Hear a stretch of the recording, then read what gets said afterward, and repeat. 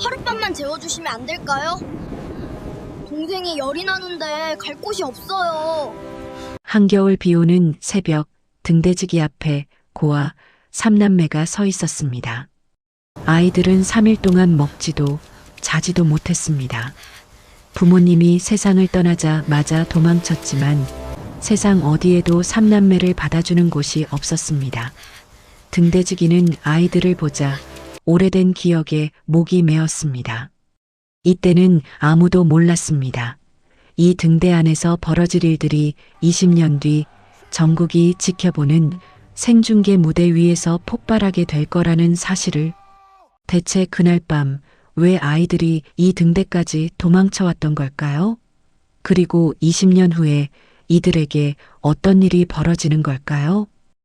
사연 시작하기 전 구독과 좋아요로 함께 해주세요. 듣고 계신 곳을 말씀해 주시면 그곳에서 함께 하겠습니다. 20해가 지난 뒤에야 서유는 그날 밤의 의미를 온전히 이해할 수 있었습니다. 낡은 등대 앞에서 세 남매가 쓰러지듯 문을 두드렸던 그 새벽, 문을 열어준 사람이 없었다면 지금 이 자리에 서 있는 사람은 아무도 없었을 겁니다. 하지만 그 문 앞에 서기까지 아이들은 지옥 같은 시간을 먼저 통과해야 했습니다. 모든 것은 20년 전 겨울에 시작되었습니다. 16살 서윤, 11살 서준, 7살 서아, 세 남매는 하룻밤 사이에 부모를 모두 잃었습니다. 장례식장 조문객들의 발길이 뜸해질 무렵 고모부가 나타났습니다. 검은 넥타이를 매만지며 조용히 다가온 고모부는 아이들의 어깨를 감싸 안으며 말했습니다. 내가 책임질게, 걱정 마. 그 목소리는 따뜻했고 그 손길은 다정했습니다. 장례식장을 가득 메운 어른들 사이에서 아이들에게 손을 내민 사람은 고모부뿐이었기에 서유는 동생들의 손을 잡고 고모부의 차에 올랐습니다. 고모부의 집은 깨끗하고 넓었습니다. 처음 며칠은 괜찮았습니다. 밥도 차려 나왔고 이불도 따뜻했으며 고모부는 아이들에게 웃는 얼굴을 보여주었습니다. 그런데 그 웃음 뒤에서 조금씩 이상한 일들이 벌어지기 시작했습니다. 고모부는 정리해 줄 게 많다며 아버지 이름으로 된 통장과 도장을 하나씩 가져갔고 보험 서류 뭉치를 식탁 위에 펼쳐놓고는 어려운 서류니까 내가 처리해 줄게라며 서윤의 손이 닿지 않는 곳에 넣어두었습니다. 서윤은 그때까지만 해도 고모부의 말을 믿고 싶었습니다. 부모를 잃은 아이에게 의지할 어른이 있다는 사실 자체가 간절했기 때문입니다. 하지만 어느 날 밤 서윤은 고모부가 거실에 두고 간 서류 봉투 하나를 우연히 보게 되었습니다. 봉투 안에는 아버지 이름이 적힌 문서가 여러 장 들어 있었는데 날짜가 아버지가 돌아가신 뒤로 찍혀 있었고 서명의 필체도 아버지 것과 달랐습니다. 16살 소녀가 그 서류의 법적 의미를 정확히 알 수는 없었지만 뭔가 잘못되었다는 느낌이 목 안쪽을 조여오는 것은 분명히 느낄 수 있었습니다. 그날 이후로 고모부의 태도가 서서히 달라졌습니다. 아니, 어쩌면 원래 그랬는데 서윤의 눈이 비로소 열린 것인지도 모릅니다. 고모부는 서윤을 따로 불러 아이들 앞에서는 절대 하지 않던 말을 꺼냈습니다. 서윤아, 너만 말 잘 들으면 동생들은 내가 지켜준다. 그 말은 약속이 아니었습니다. 조건이었습니다.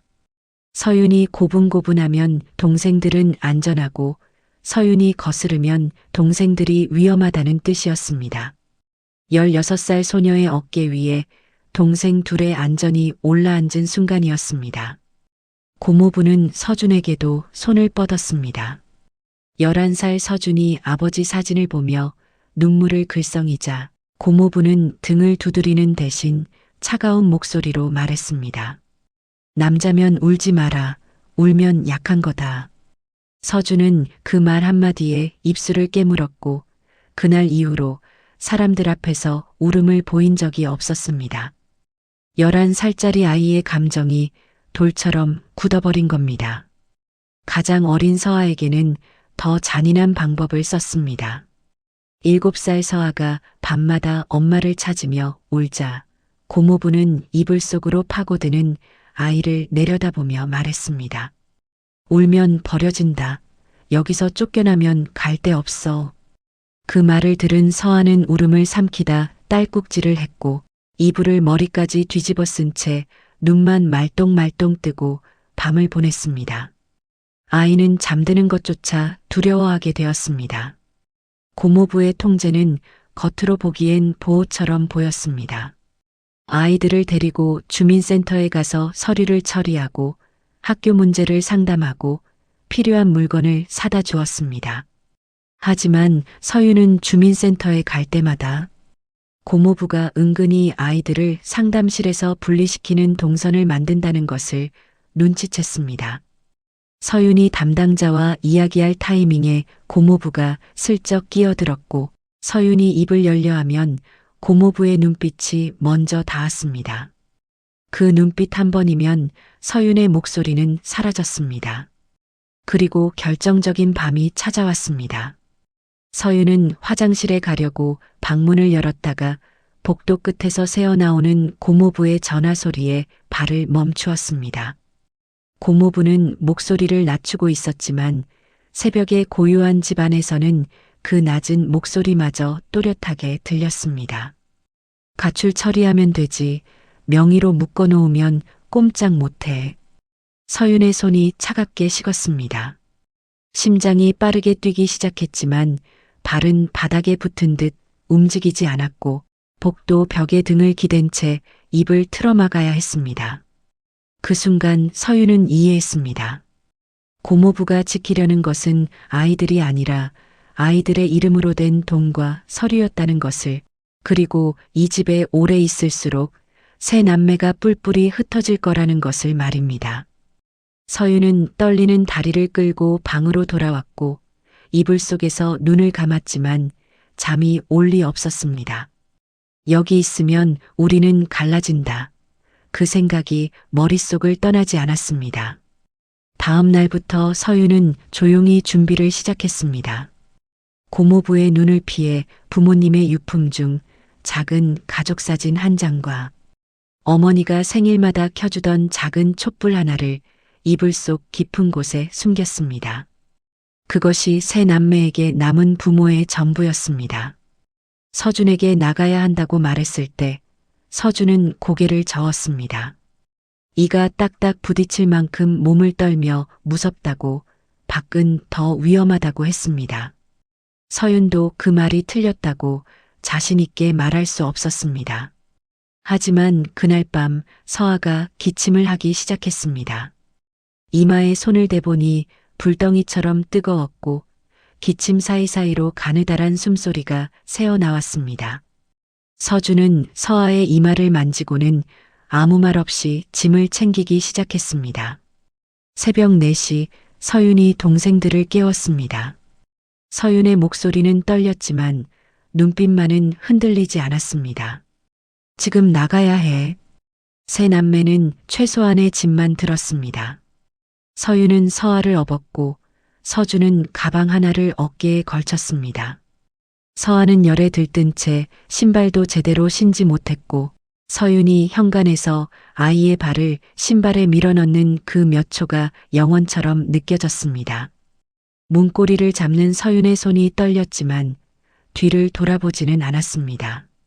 문이 닫히는 소리가 새벽 공기를 가르며 작게 울렸고 새 아이의 그림자가 골목 끝으로 사라졌습니다. 그리고 아이들이 떠난 사실을 알게 된 고모부는 경찰에 전화를 걸었습니다. 하지만 그 전화의 내용은 아이들을 찾아달라는 것이 아니었습니다. 애들이 돈을 훔쳐 달아났습니다. 고모부는 아이들이 입을 열기 전에 먼저 낙인을 찍으려 했고 주변 사람들에게도 같은 이야기를 퍼뜨리기 시작했습니다. 도둑이라는 이름을 새 아이의 등에 붙여 누구도 아이들의 말에 귀 기울이지 못하게 만들려는 것이었습니다. 새 남매는 아직 그 사실을 몰랐습니다. 아이들은 그저 얼어붙은 새벽 공기 속으로 걸어 들어갔을 뿐이었고 이 도주가 72시간의 생존 싸움이 될 줄은 꿈에도 몰랐습니다. 세 남매가 고모부의 집을 나선 그 새벽 바깥 기온은 영하를 훌쩍 넘기고 있었습니다. 서윤은 서아를 업은 채 서준의 손을 꼭 잡고 골목을 빠져나왔지만 어디로 가야 하는지는 아무도 몰랐습니다. 갈 곳이 있어서 나온 게 아니라 있으면 안 되는 곳을 떠난 것이었으니까요. 아이들이 처음 발을 멈춘 곳은 시외버스 터미널이었습니다. 자동문 안쪽 바람막이와 벽 사이에 좁은 틈이 있었고 서윤은 그 틈에 동생들을 밀어넣고 자신의 외투를 벗어 서아에게 덮어주었습니다. 세 아이는 서로의 몸에 기대어 체온을 나눴지만 콘크리트 바닥에서 올라오는 냉기는 옷 몇 겹으로 막을 수 있는 것이 아니었습니다. 서준이 떨리는 입술 사이로 내뱉는 하얀 입김이 어둠 속에서 흩어질 때마다 서윤은 동생의 손을 더 세게 쥐었습니다. 첫째 날 밤이 그렇게 지나갔습니다. 아침이 되자 서윤은 터미널 자판기 아래를 더듬어 떨어진 동전 몇 개를 주었고 그 돈으로 물 한 병을 샀습니다. 서윤은 물병 뚜껑을 열어 서아의 입술에 조금씩 기울여 주었는데 서아의 입술은 바싹 말라 갈라져 있었고 물을 삼키는 것조차 힘겨워 보였습니다. 서준에게도 한 모금 건넸지만 서준은 고개를 저으며 서아에게 더 주라고 했습니다. 서윤은 자신도 목이 타들어갔지만 끝내 한 모금도 마시지 않았습니다. 둘째 날이 되자 배고픔이 본격적으로 찾아왔습니다. 서윤은 근처 편의점의 폐기 시간대를 눈여겨보았습니다. 유통기한이 지난 음식을 버리는 시간에 맞춰가면 뭐라도 얻을 수 있을 거라는 생각이었습니다. 하지만 서윤이 편의점 뒤편에 도착했을 때 쓰레기통은 이미 비어 있었고 아무것도 남아있지 않았습니다. 빈손으로 돌아오는 서윤의 발걸음은 아까보다 훨씬 무거웠고 동생들의 얼굴을 마주할 용기가 나지 않아 한참을 터미널 기둥 뒤에 서서 숨을 골라야 했습니다. 서아의 상태는 시간이 지날수록 나빠졌습니다. 고열에 탈수까지 겹치면서 아이의 눈이 풀리기 시작했고 엎여 있으면서도 자꾸만 고개가 축 늘어졌습니다. 서아가 가느다란 목소리로 중얼거렸습니다. 엄마, 엄마. 그 한마디에 서윤의 눈시울이 뜨거워졌지만 울 수 없었습니다. 지금 울면 서준이 무너지고 서준이 무너지면 셋 다 주저앉을 것 같았기 때문입니다. 서준이 서윤의 소매를 잡아당기며 떨리는 목소리로 물었습니다. 누나, 이러다 죽는 거 아니야? 서윤은 대답하지 못했습니다.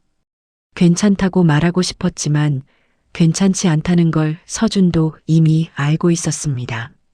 서윤은 대답 대신 서준의 손을 잡았고 그 차가운 손이 닿는 순간 서준의 눈에 금방이라도 쏟아질 것 같은 눈물이 고이는 게 보였습니다. 하지만 서준은 울지 않았습니다. 고모부가 심어놓은 그 말, 남자면 울지 마라. 그 말이 11살 아이의 눈물까지 가두고 있었습니다. 둘째 날 오후 터미널 앞을 지나던 누군가가 아이들에게 다가와 말을 걸었습니다. 애들아, 왜 여기 있어? 경찰 불러줄까? 그 목소리는 분명 걱정해서 나온 것이었지만 서윤은 경찰이라는 단어에 심장이 얼어붙었습니다. 고모부가 가출 신고를 했을 거라는 생각이 머릿속을 스쳤고 경찰에 잡히면 다시 고모부에게 끌려간다는 공포가 온몸을 감쌌습니다. 서윤은 아니요, 괜찮아요 라고 말하며 동생들을 데리고 뒷걸음질 쳤고 그 자리를 벗어나 골목 깊숙이 숨었습니다. 도와주려는 손마저 잡을 수 없는 그런 상황이었습니다. 셋째 날이 밝았을 때 눈발이 거세지기 시작했습니다. 바람이 터미널 바람막이 틈새로 파고들었고 아이들의 손끝과 발끝은 감각을 잃어가고 있었습니다. 서준이 자리에서 일어나려다 발목을 삐끗했고 순간 얼굴을 찡그리며 주저앉았지만 소리를 내지는 않았습니다. 서윤이 서준의 발목을 만져보니 이미 퉁퉁 부어 있었고 서준은 괜찮다며 고개를 저었지만 한 발을 제대로 딛지 못하는 게 눈에 보였습니다. 더 이상 터미널에 있을 수 없었습니다. 사람들의 시선이 점점 많아졌고 누군가 다시 경찰을 부를 수도 있었습니다. 서윤은 서아를 단단히 업고 서준의 손을 잡았습니다. 놓치면 끝이야. 절대 놓지 마. 서윤의 목소리에 서준이 고개를 끄덕였고 세 남매는 눈 내리는 거리 위로 다시 발을 내디뎠습니다. 어디로 가야 하는지 여전히 몰랐습니다. 하지만 서윤은 무작정 바다 쪽으로 걸었습니다. 사람이 적은 곳, 눈에 띄지 않는 곳, 그러면서도 바람이라도 막아줄 곳을 찾아야 했기 때문입니다. 얼마나 걸었을까요? 어둠이 내려앉기 시작할 무렵 서윤은 멀리서 천천히 도는 불빛 하나를 보았습니다. 등대였습니다. 불빛이 어둠을 가르며 한 바퀴씩 돌 때마다 바다와 바위와 길의 윤곽이 잠깐씩 드러났습니다. 서윤이 동생들에게 말했습니다. 불빛 있는 곳엔 사람이 있어. 등대까지 가는 길은 험했습니다.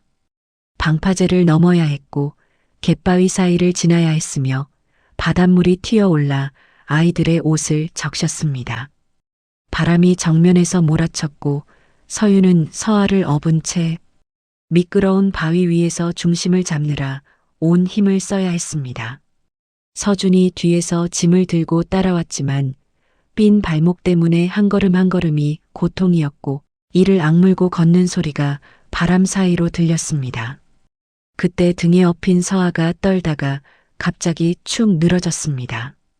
서윤이 등 너머로 아이의 얼굴을 확인하니 눈이 감겨 있었고 숨소리가 너무 가늘어 귀를 바짝 대야 겨우 들렸습니다. 서윤의 가슴 안에서 공포가 치밀어 올랐고 다리가 더 빨라졌습니다. 걷는 게 아니라 뛰었습니다. 바위에 발이 걸려도 바닷물이 무릎까지 차올라도 멈추지 않았습니다. 서준이 서윤을 따라잡으며 자신이 들고 있던 짐을 바닥에 내려놓았습니다. 그리고 입고 있던 외투를 벗어 서아의 몸 위에 덮어주며 낮은 목소리로 말했습니다. 내가 지킬게. 11살 아이의 목소리는 떨리고 있었지만 그 눈빛만큼은 단단했습니다. 등대 숙소의 문 앞에 도착했을 때 새 아이에게 남은 힘은 거의 없었습니다. 서윤이 주먹으로 문을 두드렸습니다. 한 번, 두 번, 세 번. 대답이 없었습니다. 서윤은 이를 악물고 다시 두드렸고 손등이 빨갛게 부어올랐지만 멈출 수 없었습니다. 이 문이 열리지 않으면 갈 곳이 없었기 때문입니다. 얼마의 시간이 흘렀을까요? 문 안쪽에서 무거운 발소리가 들렸고 자물쇠가 돌아가는 소리와 함께 문이 열렸습니다. 문 앞에 선 사람은 50살 중반쯤 되어 보이는 남자였습니다. 거친 바닷바람에 그을린 얼굴, 깊이 파인 주름, 그리고 아이들을 내려다보는 크고 붉은 눈. 그가 박만수였습니다. 만수는 아이들을 보았습니다. 등에 업힌 채 축 늘어진 어린아이와 한 발을 제대로 딛지 못하는 소년과 두 눈에 공포와 간절함이 뒤섞인 채 문 앞에 선 소녀를. 만수는 질문하지 않았습니다. 왜 왔느냐고 묻지 않았고 누구냐고 따지지 않았으며 부모가 어디 있느냐고 캐묻지 않았습니다. 만수는 문을 활짝 열고 아이들의 어깨에 손을 얹어 안으로 들였습니다. 그리고 수건을 가져와 젖은 머리카락과 옷을 닦아주고 난로 앞에 아이들을 앉힌 뒤 낮고 차분한 목소리로 말했습니다. 괜찮다. 이제 들어왔다. 그 한마디가 세 남매가 72시간 만에 처음으로 들은 따뜻한 말이었습니다. 서윤은 난로의 온기가 얼어붙은 손끝에 닿는 순간 입술이 떨리기 시작했고 참고 참았던 것들이 한꺼번에 밀려오는 걸 느꼈지만 아직은 울 수 없었습니다. 동생들이 먼저 따뜻해져야 했으니까요. 하지만 이때까지만 해도 이 낡은 등대에서 보낼 한 달이 새 아이의 인생 전체를 바꿀 줄은 아무도 몰랐습니다. 난로 앞에서 아이들의 몸이 조금씩 녹아가는 동안 만수는 말없이 부엌으로 갔습니다. 서유는 난로 불빛에 비친 만수의 뒷모습을 바라보았는데 그 넓은 어깨가 어딘가 무거운 것을 짊어진 사람처럼 살짝 기울어져 있다는 걸 느꼈습니다. 만수는 아이들의 젖은 옷을 걷어 난로 옆 빨랫줄에 하나씩 널었고 수건으로 서아의 머리카락을 조심스럽게 감싸 눌러주었습니다. 그 손길이 어찌나 조심스러웠는지 잠결에도 몸을 움찔하던 서아가 그 순간만큼은 가만히 있었습니다. 만수가 부엌에서 물을 올리고 냄비 뚜껑이 달그락거리기 시작하자 좁은 등대 숙소 안에 익숙한 냄새 하나가 퍼져나왔습니다. 미역국과 누룽지였습니다.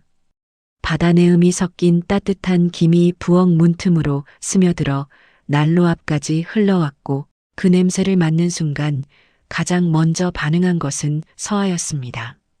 축 늘어져 누워있던 서아가 눈을 천천히 떴고 코를 벌름거리더니 갑자기 입을 벌려 울음을 터뜨렸습니다. 이유를 말하지 않아도 서유는 알았습니다.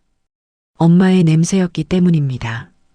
서아의 울음은 작게 시작해서 점점 커졌고 그 울음소리가 등대벽에 부딪혀 돌아올 때마다 서준의 얼굴이 조금씩 일그러졌습니다.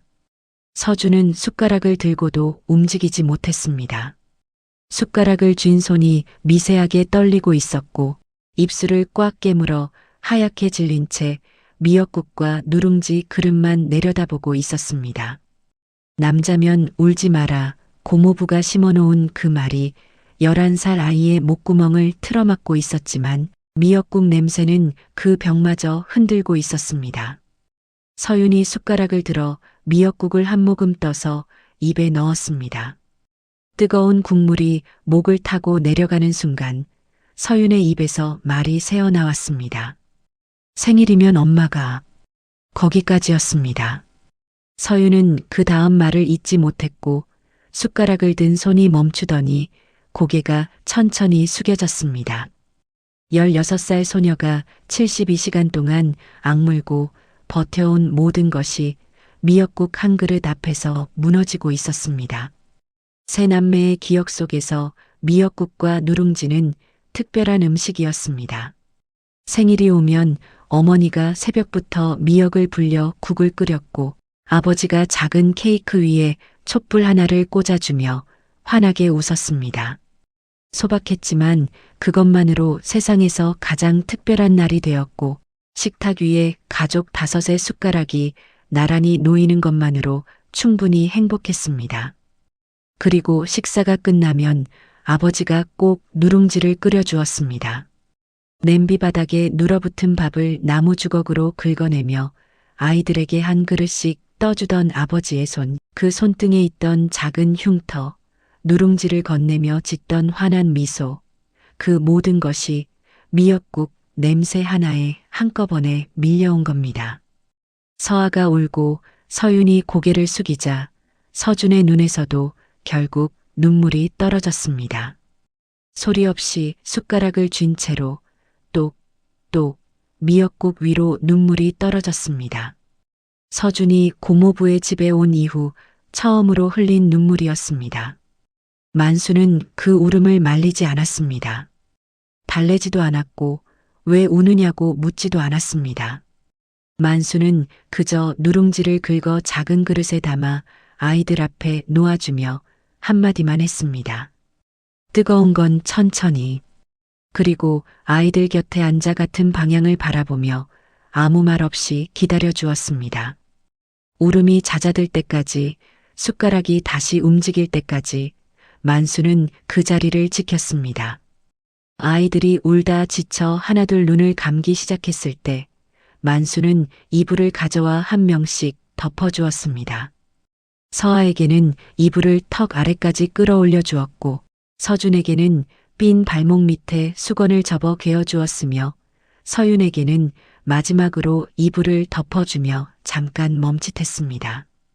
서윤의 얼굴에 마르지 않은 눈물 자국이 있었고 잠이 든 건지 눈을 감고 있는 건지 알 수 없는 표정이었습니다. 만수는 아무 말 없이 이불을 덮어주고 방문을 살짝 닫으며 아이들의 숨소리를 확인했습니다. 셋 다 숨을 쉬고 있다는 것을, 살아있다는 것을 확인하고 나서야 만수는 발걸음을 돌렸습니다. 그날 밤 만수는 잠을 이루지 못했습니다. 부엌 의자에 앉아 난로 불씨를 들여다보다가 꺼질 것 같으면 장작을 밀어넣고 또 들여다보다가 또 밀어넣고 그 행동을 몇 번이나 반복했습니다. 아이들이 자는 방에 온기가 식을까봐 그 불씨만은 꺼뜨릴 수 없었던 겁니다. 한참을 그렇게 앉아있던 만수가 천천히 자리에서 일어나 서랍장 앞으로 갔습니다. 서랍 깊은 곳, 옷가지 밑에 묻어둔 작은 상자를 꺼냈습니다. 상자 안에는 낡은 사진 한 장과 작은 운동화 한 짝이 들어 있었습니다. 만수의 아이, 바다 사고로 잃은 아이의 유품이었습니다. 만수는 사진 속 웃고 있는 얼굴을 손끝으로 더듬었고 그 순간 밖에서 파도가 방파제를 때리는 소리가 들려왔습니다. 그 소리가 그날의 소리와 겹쳤습니다. 배가 뒤집히고 물이 차오르고 손이 닿지 않던 그 순간의 소리와 만수의 얼굴이 돌처럼 굳었고 두 눈이 붉어지며 사진을 쥔 손에 힘이 들어갔습니다. 만수는 입술을 달싹이며 속삭였습니다. 이번엔 못 잃는다. 하지만 그 말이 채 끝나기도 전에 다른 목소리가 만수의 안쪽에서 올라왔습니다. 그때는 왜 못 잡았느냐는 수천 번 되풀이해온 자책이었습니다. 만수는 다시 의자에 앉아 한동안 움직이지 않았습니다. 그러다 주머니에서 낡은 수첩을 꺼내 해경 시절 선배의 전화번호를 찾아 번호를 누르려다 멈추었습니다. 새벽에 전화하면 놀랄 테고 무엇보다 아이들의 상황을 제대로 정리하지 않은 채 연락하면 오히려 일이 꼬일 수 있다는 판단이 섰기 때문입니다. 만수는 수첩을 덮고 대신 옆에 있던 메모지를 꺼내 펜을 들었습니다. 그리고 삐뚤삐뚤한 글씨로 적기 시작했습니다. 형제같이, 분리 안 됨, 안전하게, 내일. 그 네 줄이 만수가 아이들을 위해 세운 첫 번째 계획이었습니다. 메모를 적고 나서 만수는 밖으로 나가 등대 꼭대기에 올랐습니다. 점등 장치를 확인하고 렌즈를 닫고 회전축에 기름을 한 방울 떨어뜨렸습니다. 등대지기로서 수천 번 반복해온 일이었지만 그날 밤만큼은 그 행동에 다른 무게가 실려 있었습니다. 이 불빛이 꺼지면 바다 위에 누군가가 길을 잃고 계단 아래 방에서 자고 있는 새 아이도 어둠 속에 남겨진다는 생각이 들었습니다. 만수는 불빛이 한 바퀴 도는 것을 끝까지 지켜본 뒤에야 계단을 내려왔습니다. 다시 의자에 앉은 만수는 눈을 감았지만 잠들지는 않았습니다.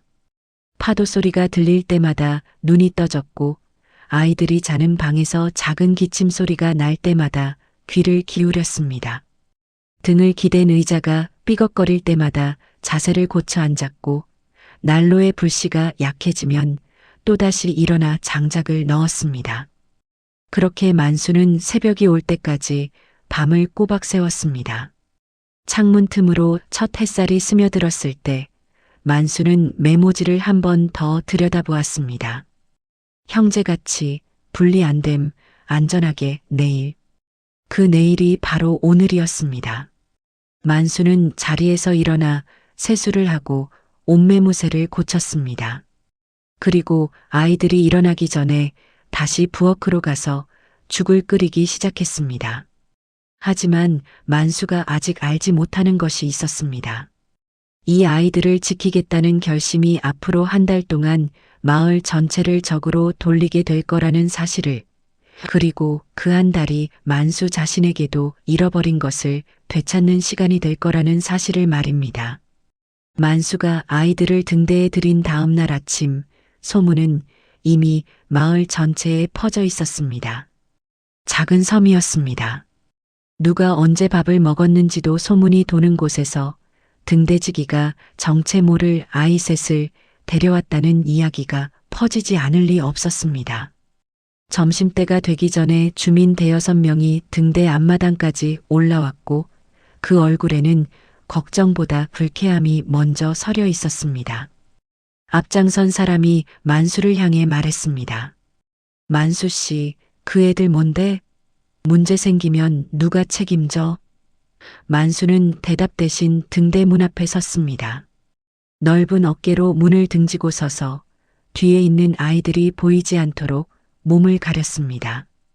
주민들의 목소리가 높아졌지만 만수는 한 발자국도 물러서지 않았습니다. 아픈 애부터 내쫓을 순 없습니다. 만수의 목소리는 크지 않았지만 단단했고 그 한마디에 주민들은 잠시 입을 다물었습니다. 하지만 돌아가는 그들의 뒷모습에서 이 일이 여기서 끝나지 않으리라는 것을 만수도 느낄 수 있었습니다. 예감은 틀리지 않았습니다. 며칠이 지나자 섬에서 만수에게 생필품을 납품하던 가게가 물건을 끊었습니다. 이유를 묻자 주인은 눈을 피하며 위에서 그러래요라고만 했고 만수는 더 따지지 않았습니다. 수군거림은 바람처럼 섬 곳곳을 돌았습니다. 저 아이들 가출한 거 아니냐, 경찰에 신고해야 하는 거 아니냐, 만수가 괜한 일에 끼어든 거다, 그런 말들이 만수의 귀에까지 들려왔습니다. 등대를 관리하는 계약 담당자까지 전화를 걸어왔습니다. 외부인 출입 문제로 계약 끊길 수 있습니다. 알고 계시죠? 만수는 전화를 끊고 한참을 창밖에 바다만 바라보았습니다. 아이들은 그 분위기를 본능적으로 느끼고 있었습니다. 주민들이 올 때마다 서아는 이불 속으로 파고들었고 서주는 구석에 쪼그려 앉아 무릎 사이에 얼굴을 묻었으며 서유는 동생들 앞을 가로막듯 서서 문 쪽을 노려보았습니다.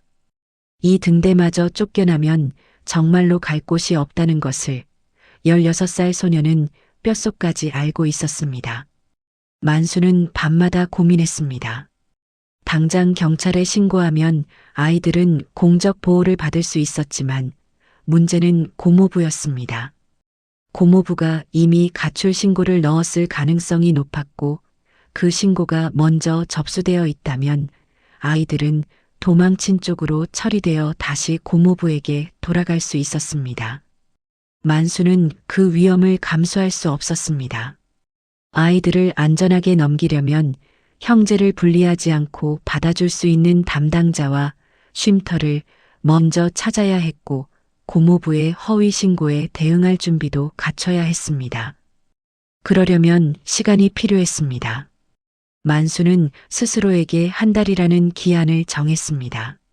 한 달 안에 안전한 길을 만들겠다고 그때까지는 무슨 일이 있어도 아이들을 지키겠다고 다짐했습니다.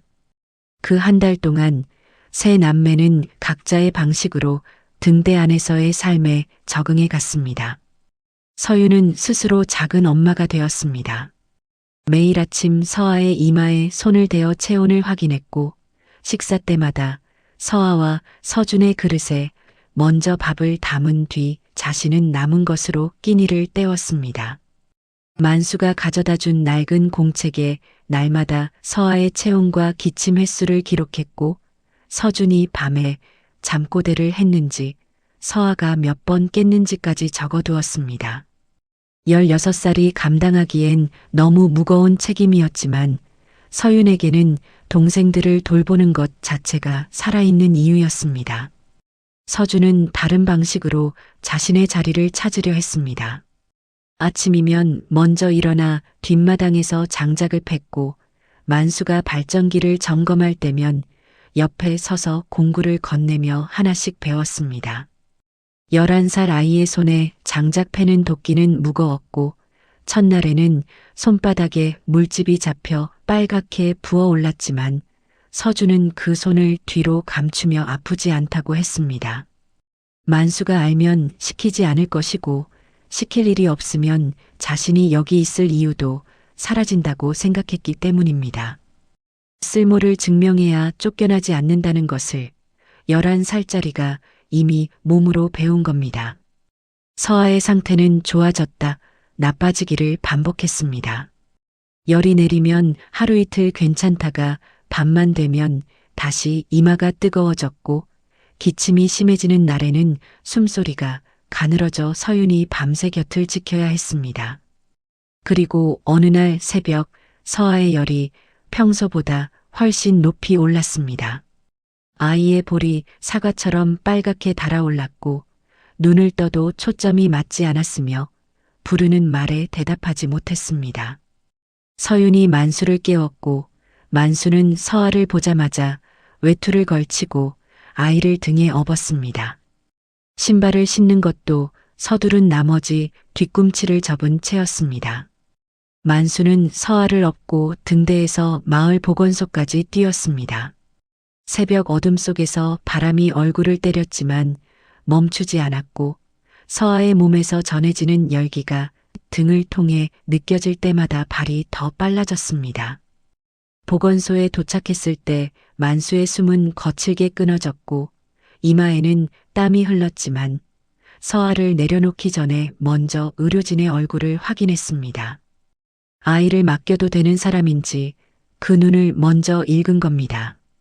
다행히 서아는 응급 처치를 받고 열이 내렸고 만수는 아이가 잠든 것을 확인한 뒤에야 보건소 복도 의자에 주저앉아 한숨을 내쉬었습니다. 마을 아이들의 시선도 문제였습니다. 어느 날 서준이 등대 근처 해안가에서 혼자 걸어오고 있을 때 마을 아이들이 서준 앞을 가로막았습니다. 야, 너 도둑이래? 그 말에 서준의 주먹이 꽉 쥐어졌습니다.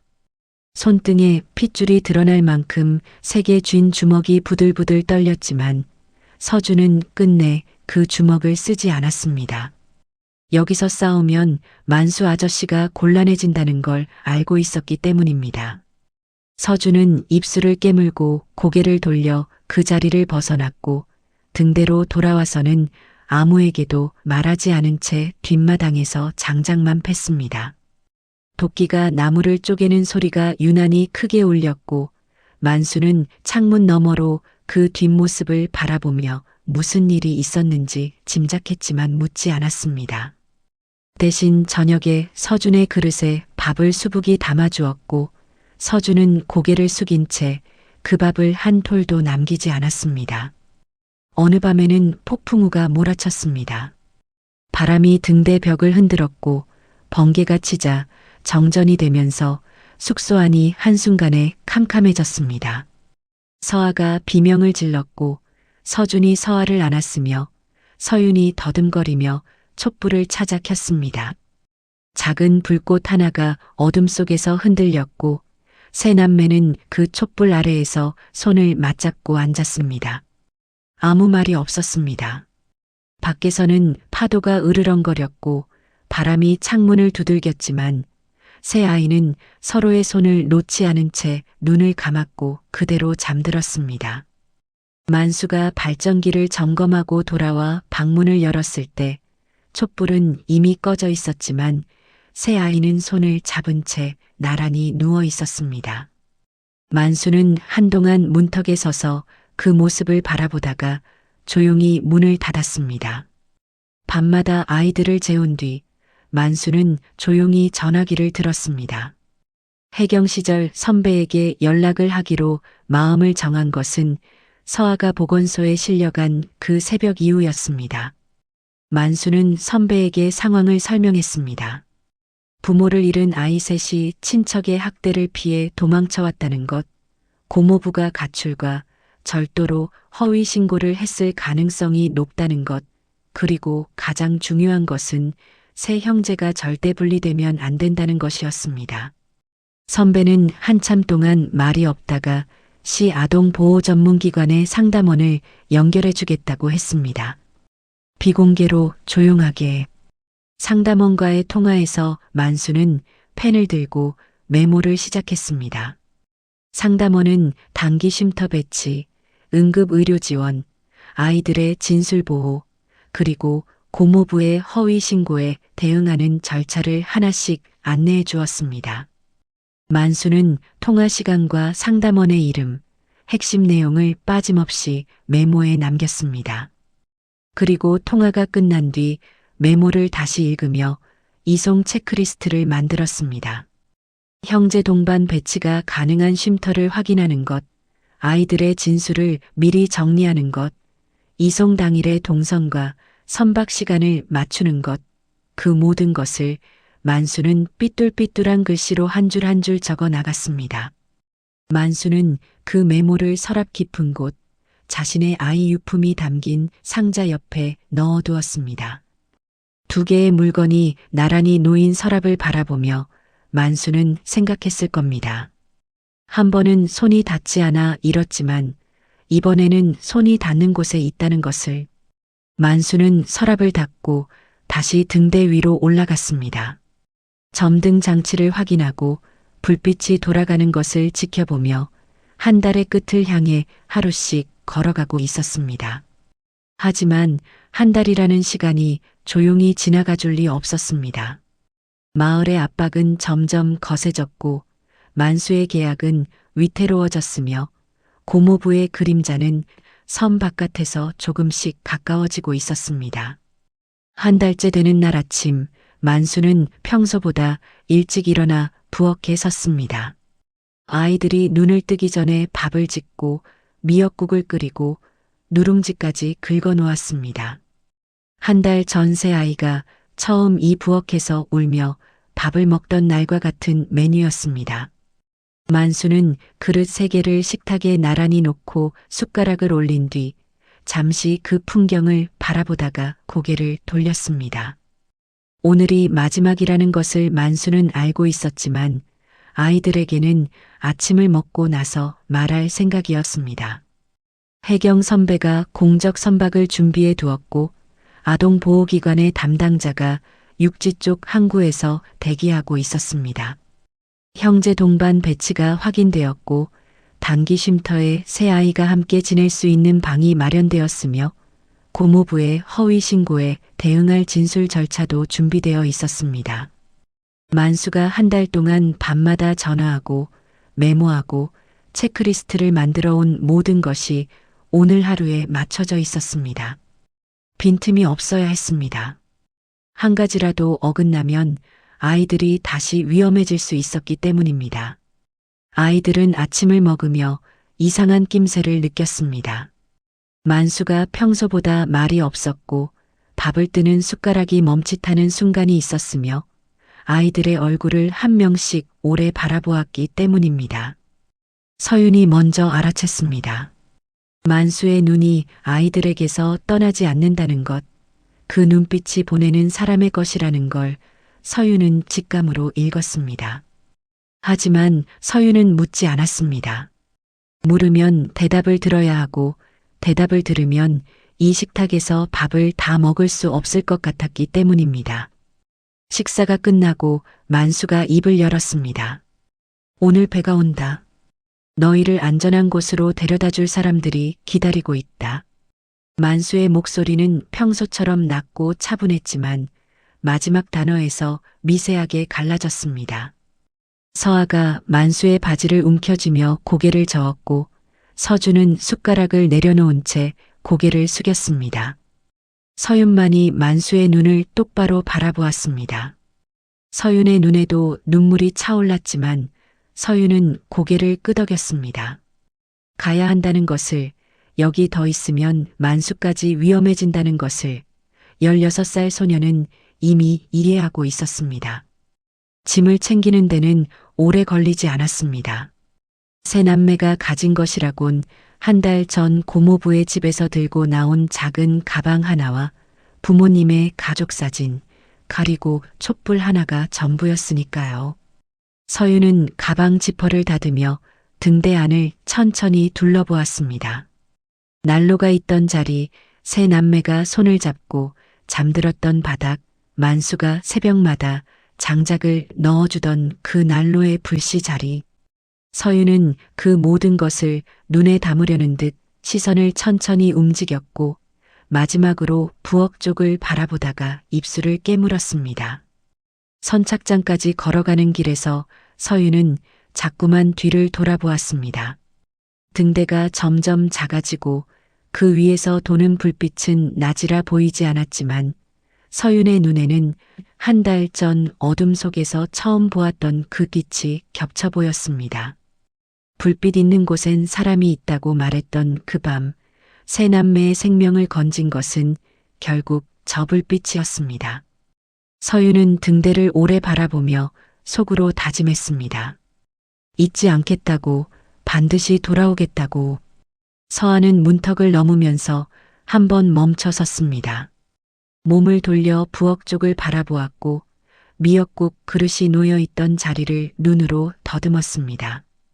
7살 아이가 무슨 생각을 했는지는 알 수 없지만 서아의 눈이 그 자리에 한참 동안 머물렀다는 것만은 분명했습니다. 서윤이 서아의 손을 잡아 가만히 이끌었고 서아는 고개를 돌리지 않은 채 걸음을 옮겼습니다. 서준은 선착장에서 만수 앞에 섰습니다. 무언가를 말하려고 입을 열었지만 목이 메어 소리가 나오지 않았습니다. 서준은 입을 다물고 대신 허리를 깊이 숙여 인사했습니다. 고개를 숙인 채 한참을 그대로 있었고 서준의 어깨가 작게 떨리는 것이 보였습니다. 만수는 서준의 머리에 손을 얹었습니다. 아무 말도 하지 않았습니다. 거친 손바닥이 소년의 머리카락 위에 잠시 머물렀다가 천천히 떨어졌고 그것이 둘 사이의 마지막 인사였습니다.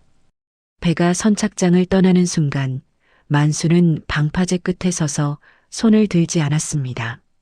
주머니에 손을 넣은 채 배가 멀어지는 것을 바라보기만 했습니다. 손을 흔들면 이별이 되고 이별이 되면 끝이 될 것 같았는지도 모릅니다. 배 위에서 서아가 작은 손을 흔들었고 서준이 난간을 잡고 서 있었으며 서윤은 등대가 수평선 너머로 사라질 때까지 고개를 돌리지 않았습니다. 육지에 도착한 세 남매는 아동보호기관의 담당자에게 인계되었습니다. 담당자는 세 아이를 형제 동반으로 배치해 주었고 3남매는 쉼터에서 처음으로 셋이 함께 잘 수 있는 방을 얻었습니다. 문을 닫고 방 안에 셋만 남았을 때 서아가 먼저 침대에 올라가 이불을 뒤집어 쓰고 울었습니다. 서준이 서아 옆에 누웠고 서윤이 두 동생을 양쪽에서 감싸 안았습니다. 그날 밤 세 남매는 한 달 전 등대에서처럼 서로의 체온에 기대어 잠들었습니다. 서윤은 다음 날부터 다시 움직이기 시작했습니다. 쉼터에서 빌린 공책에 동생들의 공부 일과표를 만들었고 아침에 일어나는 시간, 밥 먹는 시간, 공부하는 시간, 자는 시간을 빼곡히 적어 벽에 붙였습니다. 한 달 동안 등대에서 서아의 체온을 기록하던 그 꼼꼼함이 이번에는 삶을 다시 세우는 데 쓰인 겁니다. 서준은 누나가 만든 일과표를 한참 들여다보다가 조용히 책상 앞에 앉았고 서아는 처음으로 또래 아이들과 같은 공간에서 밥을 먹으며 조금씩 목소리를 되찾아갔습니다. 상담 기관에서는 아이들의 진술을 정리하기 시작했습니다.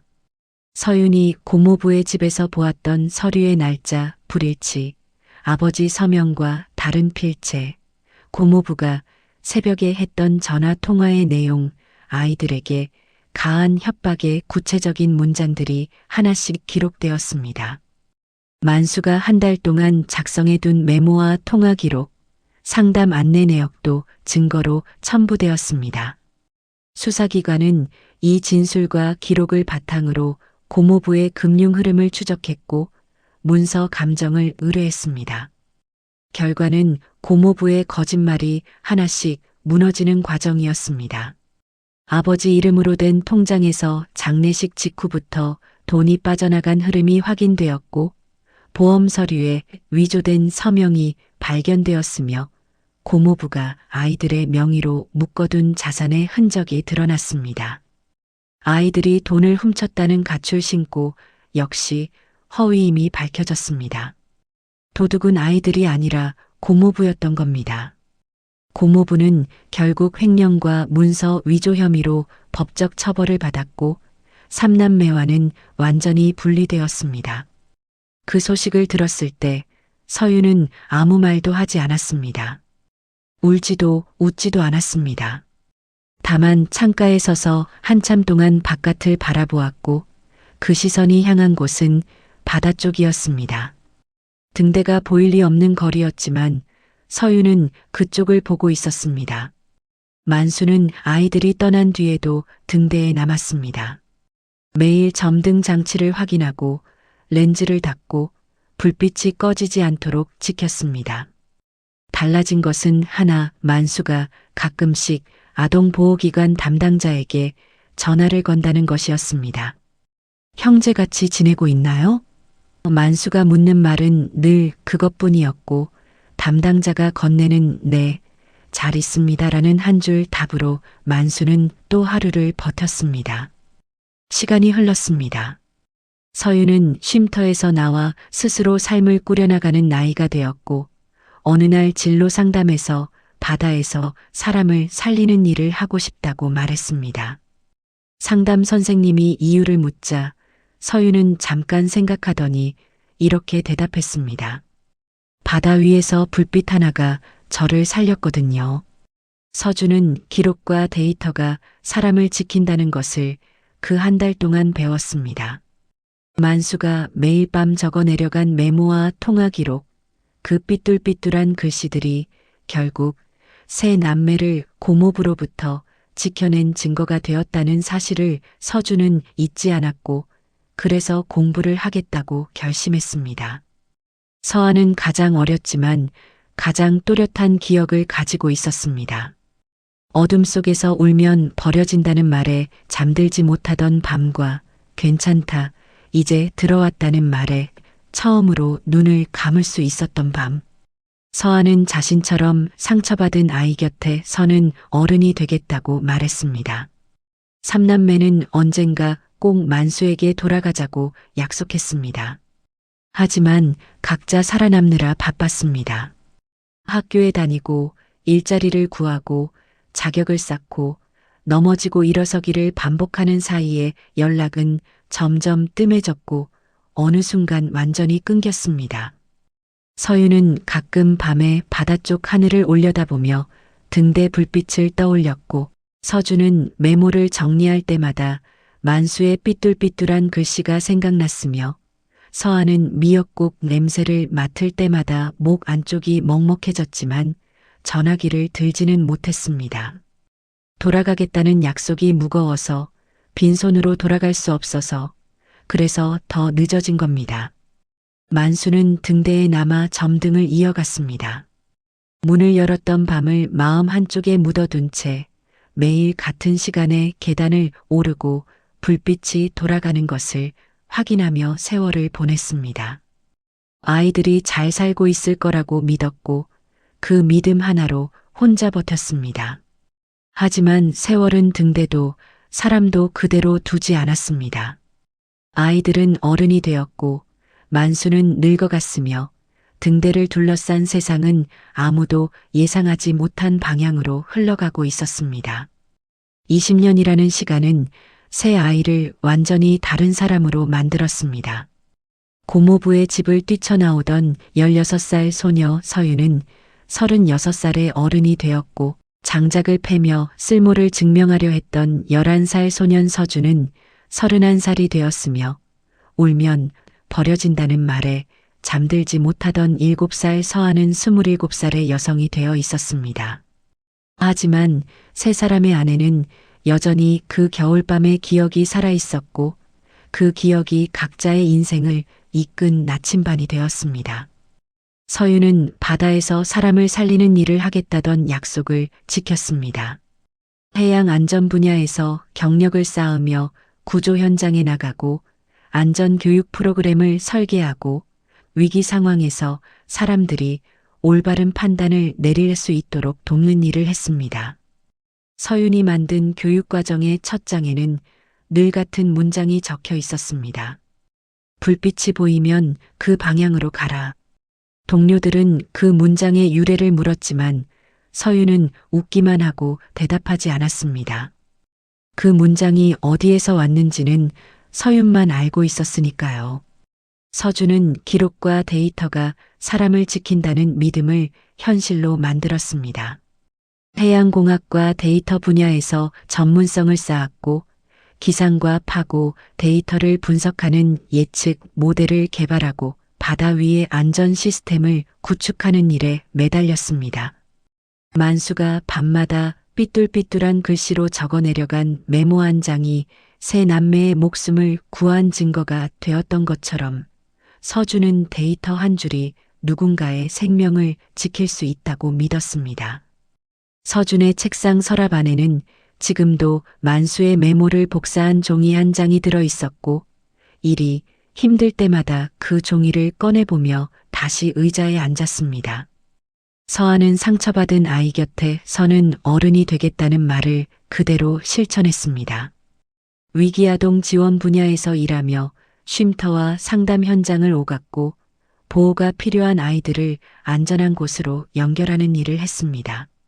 서아가 처음 쉼터에 출근한 날 구석에 쪼그려 앉아 이불을 뒤집어 쓴 아이를 보았습니다. 그 아이의 눈이 20년 전 자신의 눈과 똑같다는 것을 알아채는 때는 1초도 걸리지 않았고 서아는 그 아이 옆에 앉아 아무 말 없이 함께 있어 주었습니다. 괜찮다.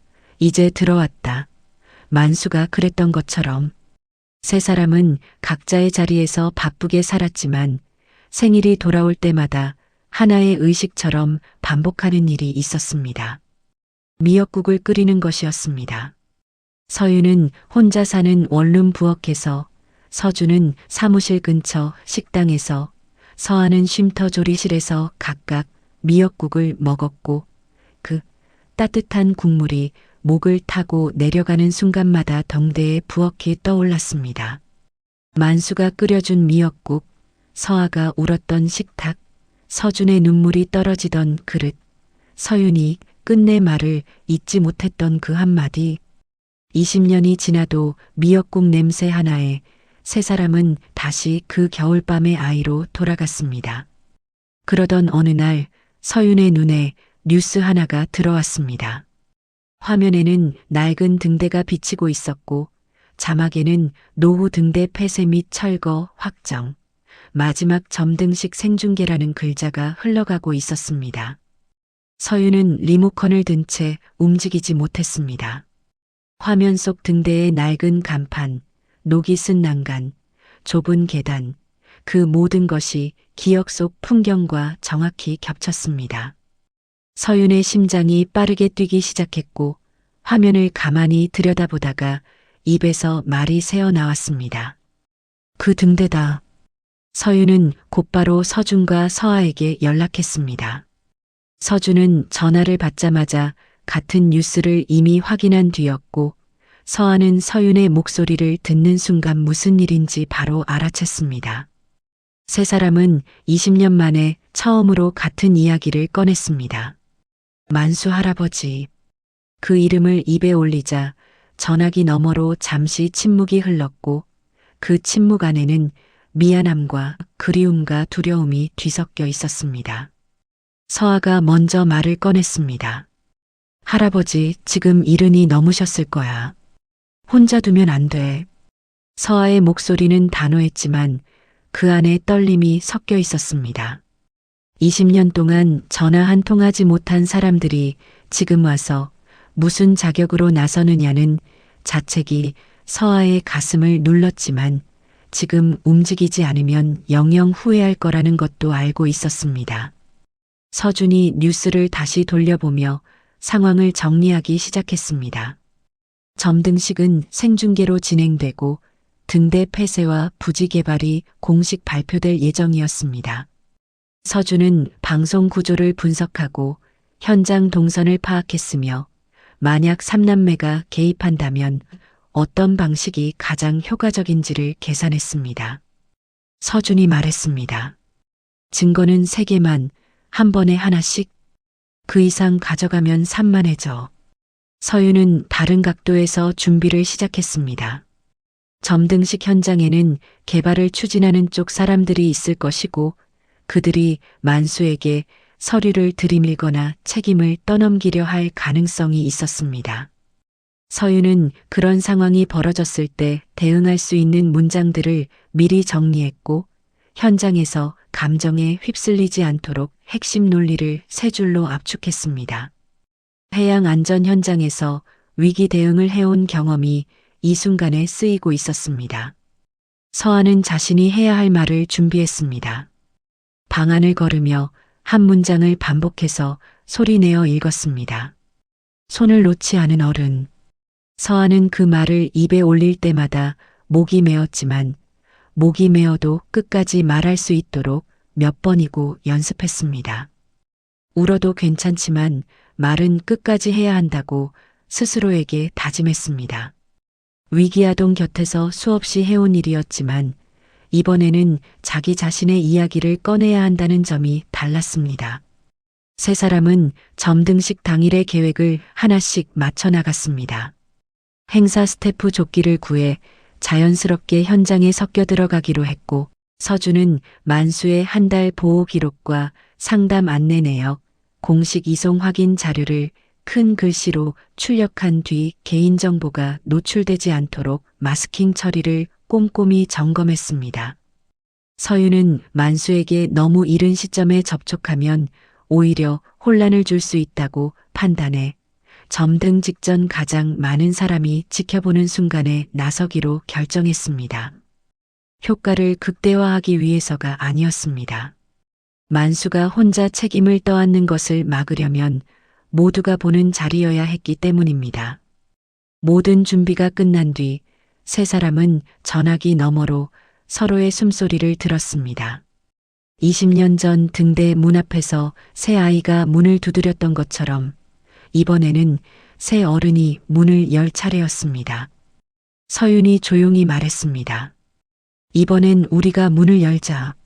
서준이 고개를 끄덕이듯 짧게 대답했고 서한은 아무 말 없이 눈물을 닦으며 가방을 쌌습니다. 삼남매는 20년 만에 그 섬으로 향하기 시작했습니다.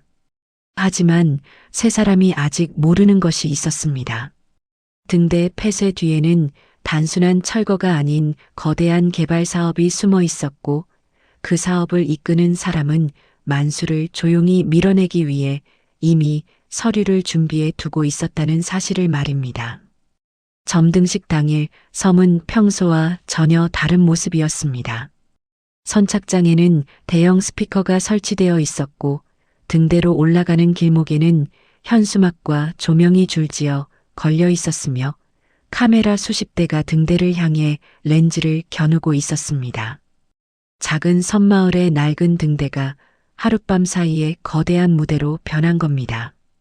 이 모든 것을 설계한 사람이 있었습니다. 오태균, 개발 컨소시엄의 실무총괄을 맡고 있는 50대 남자였습니다. 오태균은 무대 중앙에 서서 리허설을 점검하고 있었습니다. 깔끔하게 다린 정장에 반짝이는 구두, 마이크를 쥔 손에는 힘이 들어가 있었고 주변 스태프들에게 지시를 내리는 목소리는 자신감으로 가득 차 있었습니다. 오태균에게 이 점등식은 단순한 행사가 아니었습니다. 등대 폐쇄를 공식 선언하고 부지 개발 사업의 시작을 알리는 자리였으며 그 모든 과정을 생중계로 내보내 여론을 유리하게 만드는 것이 목적이었습니다. 지역 경제 활성화라는 말을 앞세웠지만 그 말 뒤에는 오태균과 컨소시엄의 이익이 빼곡히 들어차 있었습니다. 오태균이 카메라 앞에서 활짝 웃으며 등대의 역사와 지역 발전을 이야기하는 동안 만수는 카메라가 닿지 않는 등대 뒤편에서 점등 장치를 점검하고 있었습니다.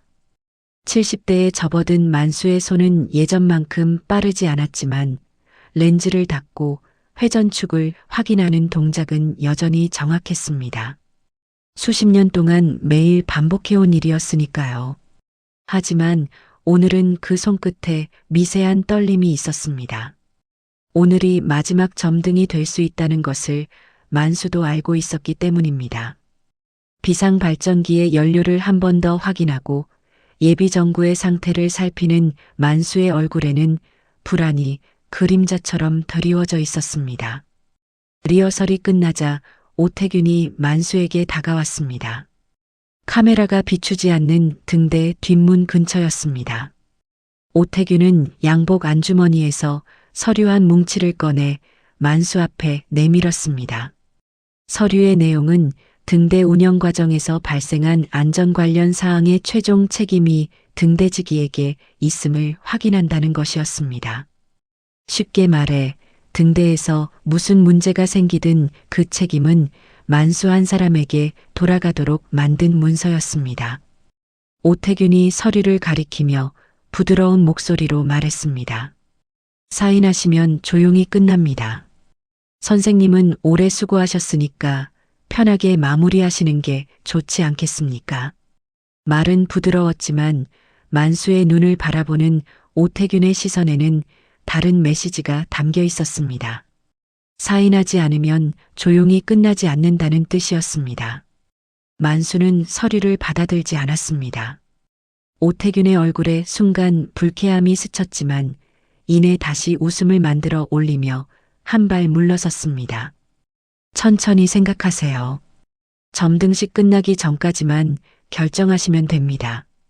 오태균은 그 말을 남기고 돌아섰고 만수는 서류가 놓인 자리를 한참 동안 내려다보았습니다. 압박은 오태균 혼자만 한 것이 아니었습니다.